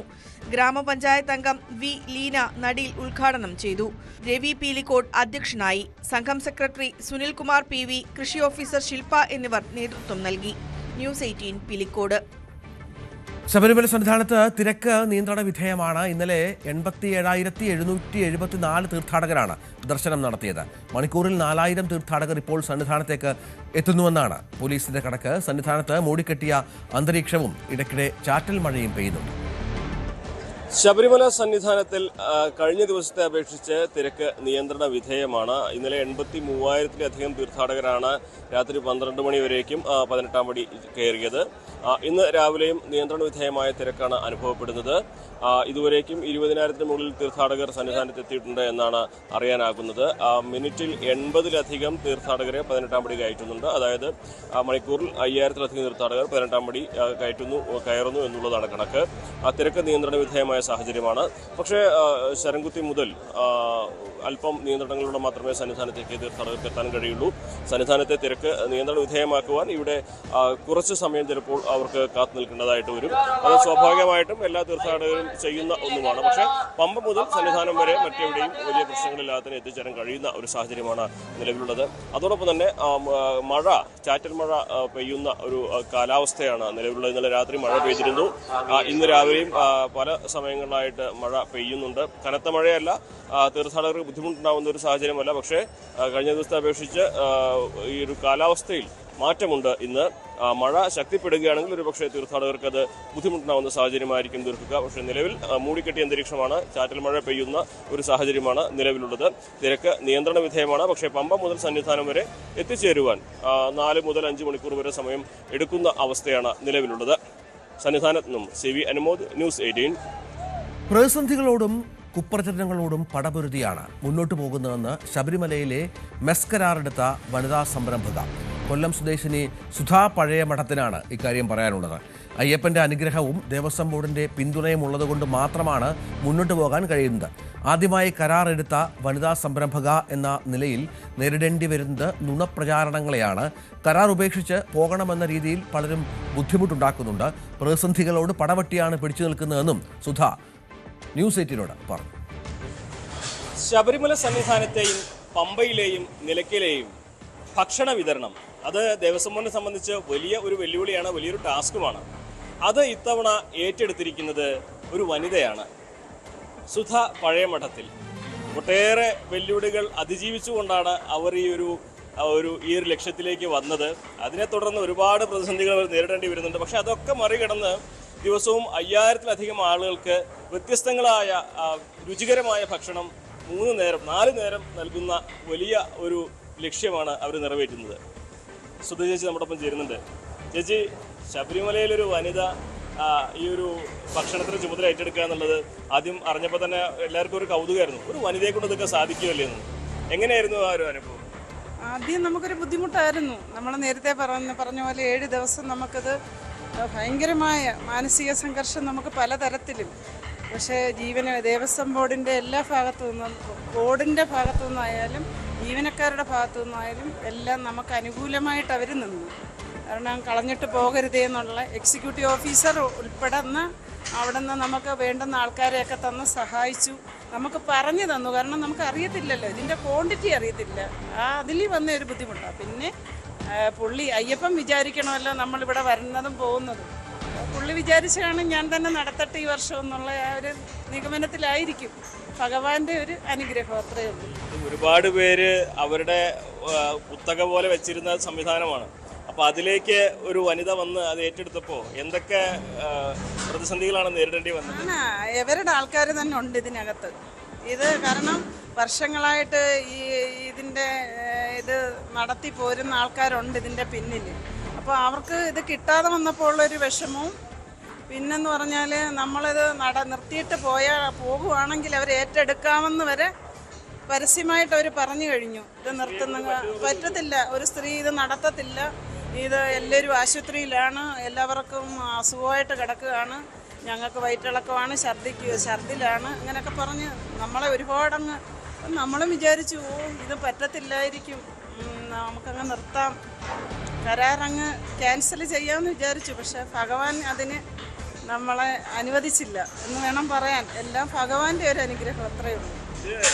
തുടരാൻ സമ്മതിക്കില്ല എന്നുള്ള രീതിയിൽ തന്നെ പല പണികളും വന്നില്ലേ? പിന്നെ ഒരുപാട് എല്ലാ തരത്തിലും നമ്മളെ ഇവിടെ ആഹാരങ്ങളൊന്നും കൊള്ളത്തില്ലെന്നും നമ്മുടെ ആഹാരങ്ങളൊന്നും മുഴുക്കുന്നില്ലെന്നും പിന്നെ അവർക്ക് ഛർദിലാണെന്നും പിന്നെ ഒരു തെറ്റായ പ്രചരണം. എന്നിട്ട് ഇപ്പോഴും പറയുന്നുണ്ട്. ഇപ്പം നമ്മൾ ഇത്ര നല്ല രീതിയിൽ ആഹാരം സഫീഷ്യൻ്റായിട്ടാണ് കൊടുക്കുന്നത് എല്ലാവർക്കും. നമ്മൾ അഥവാ നമ്മൾ ഉണ്ടാക്കുന്ന ഭക്ഷണം തികഞ്ഞില്ല എങ്കിൽ അപ്പോൾ തന്നെ നമ്മളിതിൻ്റെ അടുത്ത ഇത് കണ്ടെത്തി ആഹാരം നമ്മൾ വിതരണം ചെയ്യുന്നുണ്ട്. നമുക്കൊരു കുഴപ്പങ്ങളും ഇതുവരെ വന്നില്ല. ജനറേറ്ററിൻ്റെ ഡീസൽ വരെ നമ്മളെ വെള്ളം ഒഴുകി പോകുന്ന പോലാണ് പോയത്. ഡീസൽ വരെ നമ്മുടെ ഇതാക്കി കളഞ്ഞ്. പിന്നെ ഒരുപാട് കഷ്ടനഷ്ടങ്ങളും മാനനഷ്ടങ്ങളും എല്ലാം അവർ വരും. പക്ഷേ നമ്മളിത് കളഞ്ഞിട്ട് പോകത്തില്ലെന്ന് ഉറപ്പ്. എന്തായാലും ഈ വർഷം എടുത്ത കരാറ് നമ്മൾ ചെയ്യുമെന്ന് 100% ഉറപ്പിച്ചു. ഭഗവാൻ നമ്മുടെ കൂടെ നിൽക്കണം. ഭഗവാനോട് ഞാനങ്ങ് പറഞ്ഞു, എന്തിനാ ഞങ്ങളെ ഇങ്ങനെ കഷ്ടപ്പെടുത്തുന്നു. പക്ഷെ ആ ഒരു പറച്ചിൽ ദൈവം കേട്ടു. ഈ ആദ്യത്തെ പ്രതിസന്ധിക്കൊക്കെ ശേഷം മണ്ഡല വിളക്കിന്റെ സമയത്ത് സദ്യയൊക്കെ വിളമ്പാൻ കഴിഞ്ഞപ്പോൾ ഒരുപാട് ആത്മവിശ്വാസം കിട്ടിയില്ലേ? ഒരുപാട് സന്തോഷം തോന്നി. കാരണം സദ്യയൊക്കെ 100-ൽ 110% നല്ല രീതിയിൽ വിജയിച്ചു. എല്ലാവരും പറഞ്ഞു, ഈ പറഞ്ഞ എല്ലാ ആൾക്കാരും പറഞ്ഞു, ചേച്ചിക്ക് ഇങ്ങനെയൊക്കെ വെക്കാൻ അറിയാവോ എന്ന് വരെ ചോദിച്ചവരുണ്ട്. പക്ഷെ നമുക്കിപ്പോൾ എന്നും അങ്ങനെ കൊടുക്കാനൊക്കത്തില്ലല്ലോ. നമ്മുടെ പൈസയുടെ പരിമിതികളിൽ നിന്നുകൊണ്ട് വേണ്ടേ. എന്നാലും നമ്മളൊരുവിധം നന്നായിട്ട് കൊടുക്കുന്നെന്നാണ് നമ്മുടെ ഒരു വിശ്വാസം. പിന്നെ 5000 പേര് കഴിച്ചാൽ 5000 വീടുകളിൽ നിന്നാണ് കഴിക്കുന്നത്, അല്ലാതെ ഒരു വീട്ടിലെ ഭക്ഷണം അല്ലല്ലോ. പല വീടുകളിൽ നിന്ന് വരുന്നവരാണ്, അവർക്ക് പല ടേസ്റ്റാണ്. പിന്നെ അവരുടെ പ്രവൃത്തികൾ നമ്മൾ നോക്കുമ്പോൾ അരവണയിൽ നിന്ന് വരുന്നവർ അവരവിടെ ജോലി ചെയ്ത് ക്ഷീണിച്ച് അവരുടെ പ്രതിഷേധമാണ് ആഹാരത്തിൻ്റെ മുന്നിൽ അവർ കാണിക്കുന്നത്. അപ്പോൾ അവരോടും നമുക്ക് പിന്നെ ഇത് കണ്ടപ്പം അവരോടും ഒരു അലിവ് തോന്നി. കാരണം അവരത് കാണിക്കുന്നതിൽ അവർക്ക് അവരുടെ ഒരു വിഷമമാണ് അവരാ കാണിക്കുന്നതെന്ന്. അതുപോലെ ഭണ്ഡാരത്തിൽ നിന്ന് വരുന്ന ആൾക്കാരും അവരൊക്കെയാണ് ഈ ബഹളം ഉണ്ടാക്കുന്നത്. കാരണം നമുക്ക് മനസ്സിലാവും അവരാ ഉണ്ടാക്കുന്നതിൻ്റെ അവരവിടെ അനുഭവിക്കുന്ന ഒരു വിഷമത്തിൻ്റെയാണ് നമ്മുടെ മുന്നിൽ ഓടി വരുന്നുണ്ടെ ആഹാരം ചിലപ്പം തികയാതെ വരികയോ പെട്ടെന്ന് കൊടുക്കാതെ വരികയോ ചെയ്യുമ്പോൾ ഉണ്ടാവുന്ന ഒരു പ്രതിഷേധമാണ് അത് കാണിക്കുന്നത്. പക്ഷെ ഇപ്പോൾ ഒന്നുമില്ല, അവരെല്ലാം നമ്മളോട് സ്നേഹത്തിലായി. 5000 പേർക്ക് ഭക്ഷണം ഒരുക്കുക എന്നുള്ളത് വലിയൊരു വെല്ലുവിളിയാണല്ലോ. എങ്ങനെയാണ് അതിൻ്റെ ഒരു പ്രിപ്പറേഷൻ? 5000 പേരുടെ ഭക്ഷണം എന്നുള്ളതല്ല, നമ്മളൊരു 5000 പേരുടെ സദ്യ ഒരുക്കിയാൽ അങ്ങനെയുള്ള ഒരു ക്വാണ്ടിറ്റിയിൽ അല്ല ഇവിടെ ഒരുക്കേണ്ടത്. 5000 പേരുടെ ഭക്ഷണം ഒരിക്കൽ 1000 പേർക്ക് ഇവിടെ കൊടുക്കാനൊക്കത്തില്ല. നമ്മൾ സാധാരണ ഒരു 5000 പേർക്ക് സദ്യ ഒരുക്കിയാൽ നമ്മളെ നാട്ടിൽ പറയും അതൊരു 5500-6000 പേർക്ക് കൊടുക്കാവുന്നു. പക്ഷേ ഇവിടെ 5000 പേർക്ക് സദ്യ ഒരുക്കിയാൽ 2000 പേർക്ക് പോലും കൊടുക്കാനൊക്കത്തില്ല. അതാണ് ഇവിടുത്തെ കാരണം. നമ്മുടെ കല്യാണത്തിന് ചെല്ലുമ്പോൾ അതിന് മുന്നേ നമ്മൾ എന്തെല്ലാം കഴിച്ചും കൊണ്ടായിരിക്കും ചെന്നിരിക്കുന്നത്. ഇവിടെ കിട്ടുന്ന ആഹാരമല്ലേ ഉള്ളൂ. അങ്ങനെ ഒരു വ്യത്യാസം. ഒരുപാട് തെറ്റുണ്ടായിരുന്നു. കണക്കൂട്ടലുകളെല്ലാം നമ്മുടെ തെറ്റിപ്പോയി. ആദ്യം ഒരാഴ്ച അവർ പറയുന്നതൊക്കെ ശരിയാണ്. ആദ്യം നമ്മുടെ കണക്കൂട്ടലുകളെല്ലാം തെറ്റിപ്പോയിരുന്നു. പിന്നെ നമുക്ക് അവരുടെ ക്വാണ്ടിറ്റി മനസ്സിലായി. അതിന് നമ്മളെ ദേവസ്വം ബോർഡ് ഉദ്യോഗസ്ഥരും, ഞാൻ പറഞ്ഞല്ലോ നേരത്തെ, ദേവസ്വം ബോർഡ് ഉദ്യോഗസ്ഥരും എക്സിക്യൂട്ടീവ് ഓഫീസറും എല്ലാം നമ്മളെ നല്ല രീതിയിൽ സഹായിച്ചു അതിന്. കാരണം അവർക്കിതൊക്കെ നടത്തി കണ്ട് പരിചയമുള്ള ആൾക്കാരല്ലേ. അവർ നല്ല രീതിയിൽ നമ്മളോട് സപ്പോർട്ട് ചെയ്തു. ഇതിലെ ഈ പച്ചക്കറി കൊണ്ടൊരു വലിയ വെല്ലുവിളിയായിരിക്കും അല്ലേ? പച്ചക്കറി വരുന്നതെന്ന് പറഞ്ഞാൽ നമ്മുടെ അവിടെ നിന്ന് പമ്പേ വന്നാൽ അത് ട്രാക്ടറിൽ ഇവിടെ എത്തിക്കുന്ന സമയങ്ങൾ, അത് എത്താൻ താമസിക്കുന്നത്, നമ്മൾ ഒരുപാട് ദിവസം എടുത്തിവിടെ പച്ചക്കറി ഇടാനൊക്കത്തില്ല. അങ്ങനെയുള്ള ഒരു വിഷമങ്ങൾ. ഓടി ഓടി വണ്ടി വരത്തില്ലല്ലോ, അങ്ങനെയുള്ള പെട്ടെന്ന് തീർന്നാൽ വാങ്ങിക്കാൻ പറ്റില്ലല്ലോ. ഇല്ല അതിലൊക്കെയാണ്. നമ്മുടെ അവിടെ ആണെങ്കിൽ ഒരു സാധനം തീർന്നാൽ നമുക്ക് അടുത്ത വണ്ടി എടുത്തുകൊണ്ട് അടുത്ത സൈറ്റിലോട്ട് ഓടാം. പക്ഷെ ഇതൊക്കത്തില്ല. ഞങ്ങൾ അഥവാ സാധനം തീരുവാണെങ്കിൽ ഒന്നീ പോലീസ് ബസ്സിലോട്ടാണ് ഓടുന്നത്. അവരെ സഹകരിക്കും, അവരെ തരും. ഞങ്ങൾ അത്യാവശ്യം വന്നാൽ അവരാണ് ഞങ്ങളുടെ സഹായി. ക്വാളിറ്റി എങ്ങനെയാണ് അഷ്യൂർ ചെയ്യുന്നത്? ക്വാളിറ്റി നമ്മൾ ഏറ്റവും നല്ല ക്വാളിറ്റിയുള്ള സാധനങ്ങളാണ് മേടിക്കുന്നത്. ഇവിടെ ഓരോരുത്തർ ചോദിക്കും എന്നിട്ട്, നിങ്ങൾ ഇത്രയും നല്ല ക്വാളിറ്റി, അതായത് ഞങ്ങളിവിടെ ചോറ് വെക്കാൻ ഉപയോഗിക്കുന്നത് തന്നെ പിന്നെ ഈയുടെ പേര് മറന്നുപോയി, നല്ല നമ്പർ 1 ക്വാളിറ്റിയുള്ള സാധനങ്ങളാണ് ഞങ്ങൾ ഉപയോഗിച്ചുകൊണ്ടിരിക്കുന്നത്. ഇല്ല, നമ്മൾ അയ്യപ്പൻ്റെ മണ്ണിൽ വന്ന് ആദ്യമേ ഞങ്ങളുടെ സംസാരം ഞങ്ങൾ പറഞ്ഞിരിക്കുന്നത് നല്ല രീതിയിൽ ആഹാരം കൊടുക്കാമെന്നാണ്. ഞങ്ങളുടെ 99% ഞങ്ങൾ അതിൻ്റെ സത്യസന്ധത കാണിക്കുന്നുണ്ട്. പിന്നെ എന്തെങ്കിലും കുഴപ്പങ്ങൾ വരുന്നുണ്ടെങ്കിൽ അത് സ്വാഭാവികം. 10-25 വർഷമായിട്ട് ഈ മേഖലയിൽ തന്നെയല്ലേ? മുമ്പ് ഒരുപാട് പേർക്ക് ഭക്ഷണം വിളമ്പിയതിൻ്റെ ഒരു അനുഭവമുണ്ട്. അത് ഇതെങ്ങനെ വ്യത്യാസപ്പെട്ടിരിക്കുന്നു? അതെന്ന് പറഞ്ഞാൽ ബൊഫേ സിസ്റ്റമാണ്. നമ്മളിങ്ങനെ വരിക്ക് നിന്ന് നമ്മൾ സർക്കാർ ഉദ്യോഗസ്ഥരും അതുപോലുള്ള ആൾക്കാരും അടങ്ങുന്ന, അതായത് നാഷണൽ ഗെയിംസ് 2007 ജീവ സംസ്ഥാന മൃഗസംരക്ഷണ വകുപ്പിൻ്റെത്, പിന്നെ അതുപോലുള്ള സർക്കാർ പരിപാടികളെന്നൊക്കെ പറയുമ്പോൾ 5000 7000 ഒക്കെ നമുക്ക് കൊടുക്കാം. പക്ഷെ ആ ഒരു അനുഭവമല്ല ഇത്. അതിൽ 70 ദിവസം ഭയങ്കര ഒരു വെല്ലുവിളി തന്നെയാണത്. കുഴപ്പമില്ല, നമ്മളിപ്പോൾ ഇതിനോടങ്ങ് ഇണങ്ങി ചേർന്നു. വിശ്വാസമാണ് ഇത്. നമ്മൾ എന്തായാലും പൂർത്തീകരിക്കുമെന്നുള്ള ആത്മവിശ്വാസമുണ്ട്. അവരും നമ്മളോട് സഹകരിക്കാൻ തുടങ്ങി, കഴിക്കുന്നവരും. ഇനിയിപ്പോൾ എന്താണ്? ഇനിയിപ്പോൾ മകരവിളക്കിന് വളരെ കുറച്ച് ദിവസമേ ഉള്ളൂ. ഇനിയുള്ള ദിവസങ്ങൾ എന്തൊക്കെയാണ് സ്പെഷ്യലൊക്കെ? ഓരോ ദിവസം ഓരോ മെനു ആണല്ലോ ഉണ്ടാവുക. നമ്മൾ സ്പെഷ്യൽ പായസം കൊടുക്കുന്നുണ്ട്, പരിപ്പും പപ്പടവും കൊടുക്കുന്നുണ്ട്, വറുത്തരച്ച തീയൽ കൊടുക്കുന്നുണ്ട്. അതുപോലെ എല്ലാ ഫുഡുകളിലും മാറ്റം വരുത്തുന്നുണ്ട്. നമ്മളെ കൊണ്ട് കഴിയുന്ന നമ്മുടെ പൈസയിൽ നിന്നുകൊണ്ട്. എന്തോ എല്ലായിടത്തും ചേച്ചിയുടെ കണ്ണും കയ്യും ഉണ്ടോ? എത്തും, അന്നെങ്കിലല്ലേ പറ്റത്തുള്ളൂ. എത്തും. എത്ര പേരുണ്ട് ഇവിടെ സഹായത്തിന്? 50 ജോലിക്കാരോളം ഉണ്ട് ഇവിടെ. അല്ലാതെ ദേവസ്വം ബോർഡ് ജീവനക്കാരും ദേവസ്വം ബോർഡ് ഉദ്യോഗസ്ഥരും ഒക്കെ നമ്മളെ പറഞ്ഞു തന്ന് സഹായിക്കാനും അല്ലാതെ എല്ലാവിധ സഹായങ്ങൾക്കും ഉണ്ട്. ഇടയ്ക്ക് ദേവസ്വം ബോർഡ് സദ്യ നടത്തണം എന്നൊക്കെ പറഞ്ഞപ്പോൾ എന്തായിരുന്നു അതിൻ്റെ ഒരു? ഇടയ്ക്ക് സദ്യ അത് ഇവിടെ അല്ലല്ലോ, അന്നദാനത്തിലാണ് സദ്യ. നമ്മുടെ അല്ല, നമുക്ക് ബാധിക്കുന്നില്ല. നമ്മൾ മെസ്സിൻ്റെ മാത്രമാണ്. നമുക്ക് മെസ്സിൻ്റെയാണ്. നമുക്കൊരു സദ്യ മകരവിളക്കിനും പറഞ്ഞിട്ടുണ്ട്, ഒരു സദ്യ 41-നും പറഞ്ഞു. അത് 41-ൻ്റെ കഴിഞ്ഞു, ഇനി മകരവിളക്കിൻ്റെ ഉണ്ട്. അല്ലാതെ സദ്യ നമ്മൾ അല്ലാതെ സദ്യയുടെ എല്ലാ ഒരുവിധ മെനുകളെല്ലാം അല്ലാതെ വരുന്നുണ്ട്, കൊടുക്കുന്നുണ്ട്. മിക്ക ദിവസങ്ങളിലും അങ്ങനെ കൊടുക്കുന്നുണ്ട്. എന്താണ് ഇപ്പോൾ ഈ ഒരു മേഖലയ്ക്ക് എത്തിയിട്ട് ഒരുപാട് വിഷമങ്ങൾ നേരിടേണ്ടി വന്നു. പക്ഷെ അയ്യപ്പനോടുള്ളൊരു ഭക്തി, ഈ ഒരു ആൾക്കാരെ സപ്പോർട്ടൊക്കെ വലിയ പിന്തുണ തരുന്നു. ഇനിയിപ്പോൾ എന്താണ് നമുക്കിനി പറയാനുള്ളത്? അതെ, അയ്യപ്പൻ്റെ മണ്ണിൽ വന്ന് നമ്മൾ എത്ര വിഷമങ്ങൾ സഹിച്ചിട്ടും അത് നമുക്കൊരു അതൊരു വിഷമമായിട്ട് തോന്നുന്നില്ല. നമുക്ക് ആ മണ്ണിൽ വലിയ സുഖങ്ങളൊന്നും നമുക്കിതിനകത്ത് കിട്ടുന്നില്ലെങ്കിലും ഒരു ഭയങ്കരമായ ഒരു വലിയൊരു അനുഭൂതിയാണ് നമുക്കിവിടെ നിൽക്കുന്നത്. ഇല്ല, വിചാരിച്ചിട്ടില്ല. ഞാൻ അവിടെ നിന്ന് വീട്ടിൽ നിന്ന് ഇറങ്ങുമ്പോൾ തന്നെ ഞാൻ മല കയറി വരുമോ എന്ന് പോലും എനിക്കൊരു വിശ്വാസമില്ലായിരുന്നു. പക്ഷെ ഇപ്പം എനിക്ക് അതിൻ്റെ കുറിച്ചൊന്നും ആലോചിക്കാൻ പോലും വയ്യല്ല. അയ്യപ്പൻ നല്ല രീതിയിൽ നമ്മളോട് അനുഗ്രഹിച്ചിട്ടുണ്ടെന്ന് വേണം. അതേ ഉള്ളൂ, അടച്ചിട്ടേ പോകത്തുള്ളൂ. മകനുണ്ട്, മകൻ്റെ എല്ലാ സഹായവും. അതാണ്, ഒരുപാട് പ്രതിസന്ധികളുണ്ട്, ഒരുപാട് വെല്ലുവിളികളുണ്ട്. ആദ്യഘട്ടത്തിൽ ചില ബുദ്ധിമുട്ടുകളുണ്ടായി, പലരും പാര വയ്ക്കാൻ ശ്രമിച്ചു. പക്ഷെ അതൊക്കെ തന്നെ മറികടക്കാൻ കഴിഞ്ഞതിൻ്റെ ആത്മവിശ്വാസമാണ് സുജയ്ക്ക് പങ്കുവയ്ക്കാനുള്ളത്. ഇനിയുള്ള ദിവസങ്ങളും ഇതേപോലെ തന്നെ ഇതിനേക്കാൾ ഗംഭീരമായിട്ട് ഈ ഒരു മെസ്സുമായി മുന്നോട്ട് പോകാമെന്ന പ്രതീക്ഷയും അവർ പങ്കുവയ്ക്കുകയാണ്. സന്നിധാനത്ത് നിന്നും CV അനുമോദ്, ന്യൂസ് 18. വാഹനം കേടായി വഴിയിൽ കുടുങ്ങിയ അയ്യപ്പ ഭക്തർക്ക് സഹായഹസ്തം നീട്ടി റഷീദ് മാഷും പത്നിയും. ഭക്തർക്ക് ഭക്ഷണം പാകം ചെയ്യാനും വിശ്രമിക്കാനും സ്ഥലം നൽകിയാണ് റഷീദ് മാഷും ഭാര്യ സുഹറ ടീച്ചറും യഥാർത്ഥ കേരള സ്റ്റോറിയുടെ മാതൃകയായത്. മനുഷ്യരെ സഹായിക്കാൻ കിട്ടിയ അവസരം ഉപയോഗിക്കുക മാത്രമാണ് ചെയ്തതെന്നാണ് മാഷും ടീച്ചറും പറയുന്നത്. വെറുപ്പിന്റെ ഫാക്ടറികളിൽ നിന്ന് ഉൽപ്പാദിപ്പിക്കപ്പെടുന്ന നുണക്കഥകളല്ല കേരളത്തിന്റെ യഥാർത്ഥ കഥ. അതല്ല റിയൽ കേരള സ്റ്റോറി. അത് മതത്തിനും ജാതിക്കുമപ്പുറം അവയുടെ വേലിക്കെട്ടുകൾ പൊളിച്ച് മനുഷ്യ മനസ്സുകളിലേക്ക് കടന്നിരിക്കുന്ന ഒരു കൂട്ടം മനുഷ്യരുടെ കഥയാണ്. അത്തരത്തിലൊരു മാനവികതയുടെ കഥയാണ് കുറ്റിപ്പുറത്തെ അധ്യാപക ദമ്പതികളായ ആലുക്കൽ റഷീദ് മാസ്റ്ററും സുഹറ ടീച്ചറും സ്വന്തം ജീവിതം കൊണ്ട് എഴുതിക്കാട്ടിയത്.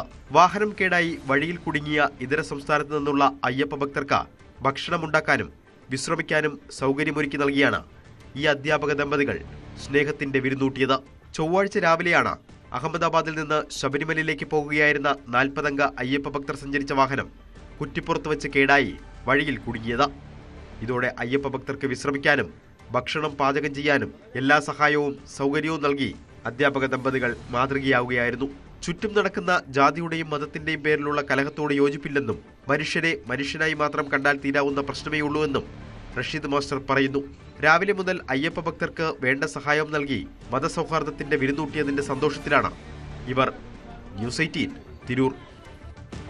ശബരിമല സ്വർണ്ണക്കൊള്ള കേസിന്റെ അന്വേഷണം CBIയെ ഏൽപ്പിക്കണമെന്ന് കേന്ദ്ര ഇന്റലിജൻസ് ബ്യൂറോ. കേസിന് അന്തർസംസ്ഥാനവും അന്തർദേശീയവുമായ ബന്ധങ്ങളുണ്ട് എന്നാണ് യഥാർത്ഥ വസ്തുത. അത് പുറത്തു വരണമെങ്കിൽ CBI അന്വേഷിക്കണം എന്നാണ് ശുപാർശ. സംസ്ഥാനത്തിൽ നിന്നുള്ള റിപ്പോർട്ട് ഡയറക്ടർ ജനറൽ ഓഫ് ഇന്റലിജൻസിനാണ് നൽകിയത്. ഏറ്റവും നിർണായകമായ ഒരു നീക്കം ശബരിമല സ്വർണ്ണക്കൊള്ളയുമായി ബന്ധപ്പെട്ട് നടക്കുന്നുവെന്നാണ് മനസ്സിലാക്കേണ്ടത്. നേരത്തെ തന്നെ ദേശീയ അന്വേഷണ ഏജൻസികൾ ഇതുമായി ബന്ധപ്പെട്ടുള്ള സമ്മതം അറിയിച്ച ഒരു പശ്ചാത്തലം കൂടിയുണ്ട്. CBI അടക്കം ഇതുമായി ബന്ധപ്പെട്ട് ഇടപെടാം എന്ന് അറിയിച്ചിരുന്നു. MG മിഥുൻ വിവരങ്ങൾ പങ്കുവെക്കുകയാണ്. മിഥുൻ, നമുക്കറിയാം രമേശ് ചെന്നിത്തല കൊണ്ടുവന്ന വിദേശ വ്യവസായിയുമായി ബന്ധപ്പെട്ട മൊഴികൾ അത് SITക്ക് മുന്നിലുണ്ട്. അതിൽ വളരെ വ്യക്തമായി തന്നെ അന്തർ സംസ്ഥാന ബന്ധങ്ങൾ ചൂണ്ടിക്കാണിച്ചിട്ടുണ്ട്. അന്താരാഷ്ട്ര റാക്കറ്റുകളുമായുള്ള ബന്ധമുണ്ട്. ഇതൊക്കെ അന്വേഷിക്കണമെങ്കിൽ സ്വാഭാവികമായും SITക്ക് സാധിക്കില്ല. അതനുസരിച്ചുള്ള റിപ്പോർട്ടാണോ ഇപ്പോൾ കേന്ദ്ര ഇന്റലിജൻസ് ബ്യൂറോയുടേത്? രജിത്ത്, അതുതന്നെയാണ്. അതായത് ഈ അന്താരാഷ്ട്ര മാനമുള്ള ഒരു കേസ് കൂടിയാണ്. അതുകൊണ്ട് തന്നെ ഇക്കാര്യത്തിൽ കേന്ദ്ര ഏജൻസിയുടെ ഒരു അന്വേഷണം വേണം എന്നുള്ളൊരു ആവശ്യം, അങ്ങനെ ഒരു ശുപാർശയാണ് ഇപ്പോൾ IBയുടെ ഭാഗത്തു നിന്നുണ്ടായിരിക്കുന്നത്. ഇന്റലിജൻസ് അതായത് സംസ്ഥാന DGPക്കാണ് ഇത് സംബന്ധിച്ചുള്ള റിപ്പോർട്ട് കൈമാറുകയും ചെയ്തത്. പ്രത്യേകിച്ച് നമുക്കറിയാം ഹൈക്കോടതിയുടെ ചില പരാമർശങ്ങളുണ്ടായിരുന്നു. ഇതിനൊരു അന്താരാഷ്ട്ര മാനം കൈവന്നിരിക്കുന്ന കേസാണ്. അതായത് ഈ സ്വർണ്ണമടക്കം ഇത്തരത്തിൽ വിദേശത്തേക്കോ അല്ലെങ്കിൽ അത്തരത്തിൽ ഇത് അങ്ങനെയുള്ള ഇടപാടുകളൊക്കെ നടന്നിട്ടുണ്ടോ എന്നുള്ള ഒരു ചില സംശയം ഹൈക്കോടതിയുടെ ഭാഗത്തു നിന്നൊക്കെ ഉണ്ടാവുകയും ചെയ്തിരുന്നു. ഇതുമായി ബന്ധപ്പെട്ടുള്ള ചില അന്വേഷണങ്ങൾ നടക്കണം. അതൊക്കെ SITക്ക് മേൽ ഈ കഴിഞ്ഞ തവണ ഈ കേസ് പരിഗണിക്കുന്ന വേളയിൽ ഇടക്കാല റിപ്പോർട്ട് സമർപ്പിക്കുന്നതിന് മുന്നോടിയായി തന്നെ ഇത്തരത്തിൽ ഹൈക്കോടതി ചില പരാമർശങ്ങൾ നടത്തുകയും ചെയ്തു. അതുകൂടി മുന്നിൽ കണ്ടുകൊണ്ട് തന്നെയാണ് ഇങ്ങനെ ഒരു റിപ്പോർട്ട് അല്ലെങ്കിൽ ഇങ്ങനെ ഒരു ശുപാർശ സംസ്ഥാന പോലീസ് മേധാവിക്ക് കൈമാറുകയും ചെയ്തിരിക്കുന്നത്. സ്വാഭാവികമായും ഈ അന്വേഷണം നടക്കുന്ന സാഹചര്യത്തിൽ സംസ്ഥാന പോലീസ് മേധാവി ഈ ശുപാർശ അടങ്ങിയ റിപ്പോർട്ട് ഹൈക്കോടതിയിൽ സമർപ്പിക്കുകയും ചെയ്യും. ഒപ്പം തന്നെ ഒരു ഹൈക്കോടതിയിൽ നിന്ന് തന്നെ ഇത്തരത്തിലൊരു കേന്ദ്ര അന്വേഷണം വേണമെന്നൊരു ആവശ്യം അല്ലെങ്കിൽ അങ്ങനെ ഒരു ശുപാർശ ചെയ്തുകൊണ്ട് അങ്ങനെ ഒരു ഇടക്കാല ഉത്തരവ് പുറപ്പെടുവിക്കാനുള്ള സാധ്യത നമുക്ക് ഈ ഒരു ഘട്ടത്തിൽ ഇതിനോടകം തള്ളിക്കളയാൻ സാധിക്കില്ല എന്നുള്ളതാണ് നമുക്ക് മനസ്സിലാക്കാൻ സാധിക്കുന്നത്. പ്രത്യേകിച്ച് ഇതിൽ അവർ ചൂണ്ടിക്കാണിക്കുന്ന ചില കാര്യങ്ങൾ, അതായത് ഈ ശബരിമലയിൽ നിന്ന് കഴിഞ്ഞ ദിവസം ഈ ജാമ്യ അതായത് ഈ കസ്റ്റഡിയിൽ ഈ ഉണ്ണികൃഷ്ണൻ പോറ്റിയും ഒപ്പം തന്നെ പങ്കജ് ഭണ്ഡാരിയെയും ഗോവർദ്ധനെയും ഒരുമിച്ച് ലഭിക്കണമെന്നുള്ള ആവശ്യം ഉന്നയിച്ചുകൊണ്ട് കൊല്ലം വിജിലൻസ് കോടതിയിൽ ചില റിപ്പോർട്ട്, ഒരു ഇടക്കാല റിപ്പോർട്ട് SIT നൽകുകയും ചെയ്തിരുന്നു. അതിൽ ചില കാര്യങ്ങൾ ഇതുമായി ബന്ധപ്പെട്ട് സൂചിപ്പിക്കുകയും ചെയ്തിരുന്നു. അതായത് 7 കാര്യങ്ങളാണ്, 7 സ്വർണ്ണപ്പാളികളിലെ 7 കാര്യങ്ങളാണ് ഇതുപോലെ കളവ് പോയിരിക്കുന്നത് എന്നുള്ള ചില സുപ്രധാന വിവരങ്ങൾ മുന്നോട്ട് വയ്ക്കുകയും ചെയ്തിരുന്നു. ഇത് സംസ്ഥാനത്ത് പുറത്തേക്കും ഒപ്പം തന്നെ അവിടെ നിന്ന് ഇന്ത്യക്ക് പുറത്തേക്കും ഒക്കെ കടത്തിയിട്ടുണ്ടാകാം എന്നുള്ള ചില സൂചനകൾ കൂടി നൽകുന്നതായിരുന്നു ഈ റിപ്പോർട്ടിൽ നമുക്ക് മനസ്സിലാക്കാൻ സാധിക്കുകയും ചെയ്യുന്നത്. അതിൽ പറയുന്നത് കട്ടിലയുടെ മുകൾപ്പടി ചെമ്പുപാളിയിൽ നിന്ന് അത് കടത്തിയിട്ടുണ്ട്. ഒപ്പം തന്നെ രാശിചിഹ്നം ആലേഖനം ചെയ്തിരിക്കുന്ന 2 ചെമ്പുപാളികളിൽ നിന്ന് ഒപ്പം തന്നെ കട്ടിളയ്ക്ക് മുകളിൽ പതിച്ചിട്ടുള്ള പ്രഭാമണ്ഡല പാളിയിൽ ശ്രീകോവിലെ ദ്വാരപാലക ശില്പപാളികളിൽ അതിനു തെക്കും വടക്കും മുകളിലുള്ള പില്ലർ പാളികളിലും ഉണ്ടായിരുന്നതും ഒപ്പം തന്നെ ഈ ശ്രീകോവിൽ വാതിൽ കട്ടിലയിൽ ഘടിപ്പിച്ചിരുന്ന ദശാവതാരങ്ങൾ ആലേഖനം ചെയ്തിരിക്കുന്ന 2 ചെമ്പുപാളികളിൽ നിന്ന് അങ്ങനെ ഇവയെല്ലാം ഇത്തരത്തിൽ ഈ കവർന്നതുമായി ബന്ധപ്പെട്ട് ഉണ്ട് എന്നുള്ളതാണ്. അങ്ങനെ ഇത്രയും കാര്യങ്ങളാണ് ഇവർ കവർന്നിരിക്കുന്നത് എന്നുള്ളതാണ്. അത് പിന്നീട് ചെന്നൈയിലെ ഈ പങ്കജ് ഭണ്ഡാരിയുടെ സ്മാർട്ട് ക്രിയേഷൻസ് ഓഫീസിലേക്ക് ഇത് എത്തിക്കുന്നു. അവിടെ നിന്നാണ് ഇത് മറ്റിടങ്ങളിലേക്ക് കൈമാറി എന്നുള്ള ഒരു ചില വിലയിരുത്തൽ അല്ലെങ്കിൽ അതുമായി ബന്ധപ്പെട്ടുള്ള ചില കണ്ടെത്തലുകൾ കോടതിയിൽ സമർപ്പിച്ച റിപ്പോർട്ടുണ്ട്. അങ്ങനെയാണ് ഈ വിഷയത്തിൽ ഇപ്പോൾ IBയുടെ ഒരു മേൽനോട്ടം അല്ലെങ്കിൽ അങ്ങനെ ഒരു കണ്ടെത്തൽ അല്ലെങ്കിൽ അങ്ങനെ ഒരു ശുപാർശ ഇപ്പോൾ വന്നിരിക്കുന്നത് എന്നുള്ളതാണ്. ഇന്റലിജൻസ് ബ്യൂറോയാണ്, കേന്ദ്ര ഇന്റലിജൻസ് ബ്യൂറോയാണ് CBI അടക്കം ഈ വിഷയം അന്വേഷിക്കണം എന്നുള്ള ശുപാർശ നൽകിയിരിക്കുന്നത്. ഒരുപക്ഷെ കോടതിയുടെ സമ്മതമൊക്കെ ഉണ്ടായാൽ CBI വരും ശബരിമല സ്വർണ്ണക്കൊള്ള അന്വേഷിക്കാൻ എന്നാണ് മനസ്സിലാക്കേണ്ടത്. MG മിഥുനാണ് വിവരങ്ങൾ പങ്കുവച്ചത്. കാട്ടുപന്നികൾ കൃഷി നശിപ്പിച്ച പാടത്ത് വിളഞ്ഞുല്ലസിച്ച് സൂര്യകാന്തി പൂക്കൾ. റീൽസിൽ പ്രതീക്ഷയർപ്പിച്ച് കൃഷി മാറ്റിപ്പിടിച്ചപ്പോൾ വിളഞ്ഞത് നൂറുമേനി. സൂര്യകാന്തിയുടെ അതിമനോഹര പീതവസന്തം കാണാനും ഫോട്ടോ എടുക്കാനുമായി സഞ്ചാരികളുടെ ഒഴുക്കാണ് ഇപ്പോൾ ഇങ്ങോട്ട്.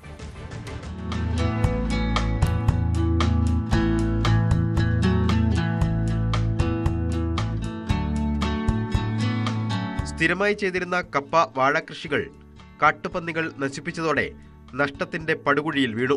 അതിൽ നിന്ന് കരകയറാൻ കണ്ടുപിടിച്ച ഒരു പരീക്ഷണമായിരുന്നു സൂര്യകാന്തി കൃഷി. ജെൻസി തലമുറയെ ലക്ഷ്യം വെച്ച് റീൽസിൽ പ്രതീക്ഷയർപ്പിച്ചു തുടങ്ങിയ സൂര്യകാന്തി 100 മേനി വിളഞ്ഞതിന്റെ സന്തോഷത്തിലാണ് വണ്ടൂർ കോട്ടോല സ്വദേശി PL മുഹമ്മദും ചെറുകോട് മുദീരി സ്വദേശി BP ഉമറും.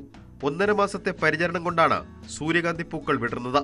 3 വർഷത്തോളമായി ഇരുവരും ഒരുമിച്ചാണ് പാട്ടകൃഷി. എന്നാൽ കാട്ടുപന്നി ശല്യത്തിൽ മറ്റൊരു കൃഷിയും വിജയിക്കാതായതോടെ ഇത്തവണ പരീക്ഷണാടിസ്ഥാനത്തിൽ സൂര്യകാന്തിയിൽ പ്രതീക്ഷ അർപ്പിക്കുകയായിരുന്നുവെന്ന് മുഹമ്മദ് പറയുന്നു. വളരെ അതിമനോഹരമായിരിക്കുന്നു, കാണുന്നതിനും ആസ്വദിക്കുന്നതിനൊക്കെ വളരെ രസകരമായി തോന്നി. ഇതിൻ്റെ പ്രത്യേകത എന്ന് പറയുന്നത് സാധാരണ ഒരു ചെടിയിൽ ഒരു പൂവേ ഉണ്ടാവുള്ളൂ. ഈ ചെടികളിലാണെങ്കിൽ ഒരു ചെടിയിൽ തന്നെ പല പൂക്കൾ ഉണ്ടായിട്ടുണ്ട്. അതും വളരെ അതിമനോഹരം തന്നെയാണ്. അതും വളരെ വിഭിന്നമായിട്ടുള്ളൊരു കാഴ്ച തന്നെയാണ്. പൂക്കൾക്കൊപ്പം നിന്ന് ഫോട്ടോ എടുക്കാനും പൂക്കൾക്കിടയിലൂടെ നടന്ന് റീൽസ് ചിത്രീകരിക്കുന്നതിനും ആളുകൾ എത്തുമെന്നാണ് ഉമ്മറിന്റെയും മുഹമ്മദിന്റെയും പ്രതീക്ഷ. അതിനിടയിൽ മഴ പെയ്താൽ കാര്യങ്ങൾ തകിടമറിയും. യൂട്യൂബും ജെൻസി പിള്ളേരും ഏറ്റെടുത്താൽ രക്ഷപ്പെടാമെന്നാണ് ഉമ്മറിന്റെ കണക്കുകൂട്ടൽ. ഇതിനിപ്പോൾ ശരിക്കും ഒരു 1.20 ചിലവ് വന്നിട്ടുണ്ട്. 1,20,000. ആ പൈസ നമുക്ക് തിരിച്ചു കിട്ടണമെങ്കിൽ എല്ലാവരും ഓരോരുത്തർ വന്ന് സഹകരിച്ചെങ്കിൽ നമുക്കത് കിട്ടുള്ളൂ. ഇല്ലെങ്കിൽ ആ കാശ് നമുക്ക് പോയി കിട്ടും. അത്രേ ഉള്ളൂ. മഴ പെയ്താൽ കഴിഞ്ഞും ചെയ്തു. മഴ പെയ്തതിനിടക്കൊക്കെ എല്ലാവരും വന്ന്. കർണാടകയിൽ നിന്നാണ് വിത്ത് വാങ്ങിയത്. 1.5 ലക്ഷത്തോളം രൂപ ഇതുവരെ ചിലവായിട്ടുണ്ട്. വിരിഞ്ഞ പൂക്കളുടെ കാലാവധി 15 ദിവസം വരെയാണ്. മലപ്പുറം ജില്ലയിലും ഇപ്പോൾ ഇത്തരം പൂക്കൃഷി ധാരാളം നടക്കുന്നുണ്ട്. ന്യൂസ് 18 തിരൂർ. നമുക്കിനി നമ്മുടെ സ്പെഷ്യൽ ഡേ സെഗ്മെന്റിൽ അതിനു മുൻപ് മറ്റു വാർത്തയിലേക്ക് പോകണം. പാലക്കാട് ചാലിശ്ശേരിയിൽ നടക്കുന്ന ദേശീയ സരസ് മേളയ്ക്ക് അരങ്ങുണർത്തി നടന്ന സൂംബ ഡാൻസ് കാണികളെ ഉത്സവ ലഹരിയിലാഴ്ത്തി. കൂട്ടനാട് ഹാർമണി ഫിറ്റ്നസ് സ്റ്റുഡിയോ അവതരിപ്പിച്ച സൂംബ ഡാൻസിൽ നിരവധി പേർ പങ്കുചേർന്നു. ഫിറ്റ്നസ് ഡാൻസ് എന്ന ഗണത്തിൽപ്പെടുന്ന സൂംബ ആളുകളിൽ മാനസികവും ശാരീരികവുമായ ഉന്മേഷവും ആരോഗ്യവും പോസിറ്റീവ് ചിന്തയും നിലനിർത്താൻ സഹായിക്കുന്നുവെന്ന് തദ്ദേശ സ്വയംഭരണ എക്സൈസ് പാർലമെന്ററി കാര്യ മന്ത്രി MP രാജേഷ് പറഞ്ഞു. വൈകിട്ട് ആരംഭിച്ച പരിപാടിയിൽ പങ്കെടുക്കാൻ നിരവധി ആളുകൾ ചാലിശ്ശേരി മുലയമ്പറമ്പ് മൈതാനത്ത് എത്തിച്ചേർന്നു. 1 മണിക്കൂറോളം നീണ്ടുനിന്ന പരിപാടിയിൽ നിരവധി സ്ത്രീകളും കുട്ടികളും പങ്കെടുത്തു.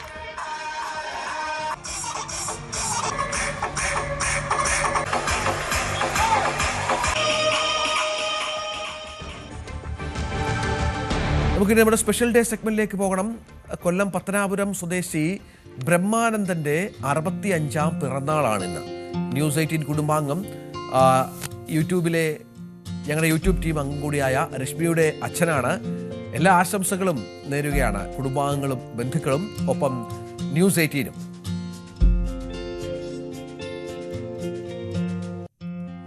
തിരുവനന്തപുരം ബാലരാമപുരം ഐത്തിയൂർ സ്വദേശിയായ വിനീഷിന്റെ ജന്മദിനമാണിന്ന്.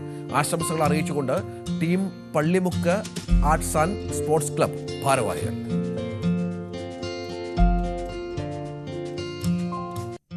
മനോജ് ചാരുദ ദമ്പതികളുടെ മകൻ ഋഥവിന്റെ 3ാം ജന്മദിനമാണിന്ന്. ആശംസകൾ അറിയിക്കുന്നത് അച്ഛൻ, അമ്മ, മറ്റ് ബന്ധുക്കൾ.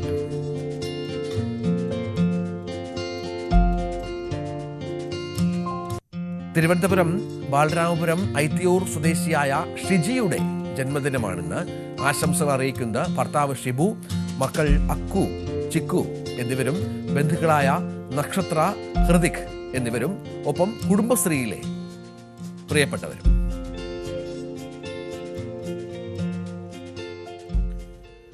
അപ്പോൾ നമ്മുടെ രാവിലെ ഇന്ന് പൂർണ്ണമാകാൻ സമയമായിരിക്കുകയാണ്. എല്ലാ പ്രേക്ഷകർക്കും ഒരു നല്ല ദിവസം ആശംസിക്കുന്നു. ന്യൂ ഇയർ കഴിഞ്ഞ് 2ാമത്തെ ദിവസമാണ് ഇന്ന്. ഈ വർഷം മുഴുവൻ വലിയ ഐശ്വര്യവും സമൃദ്ധിയുമൊക്കെ നമുക്ക് എല്ലാവർക്കും ഉണ്ടാകട്ടെ എന്ന് ആശംസിക്കുന്നു. നന്ദി, നമസ്കാരം.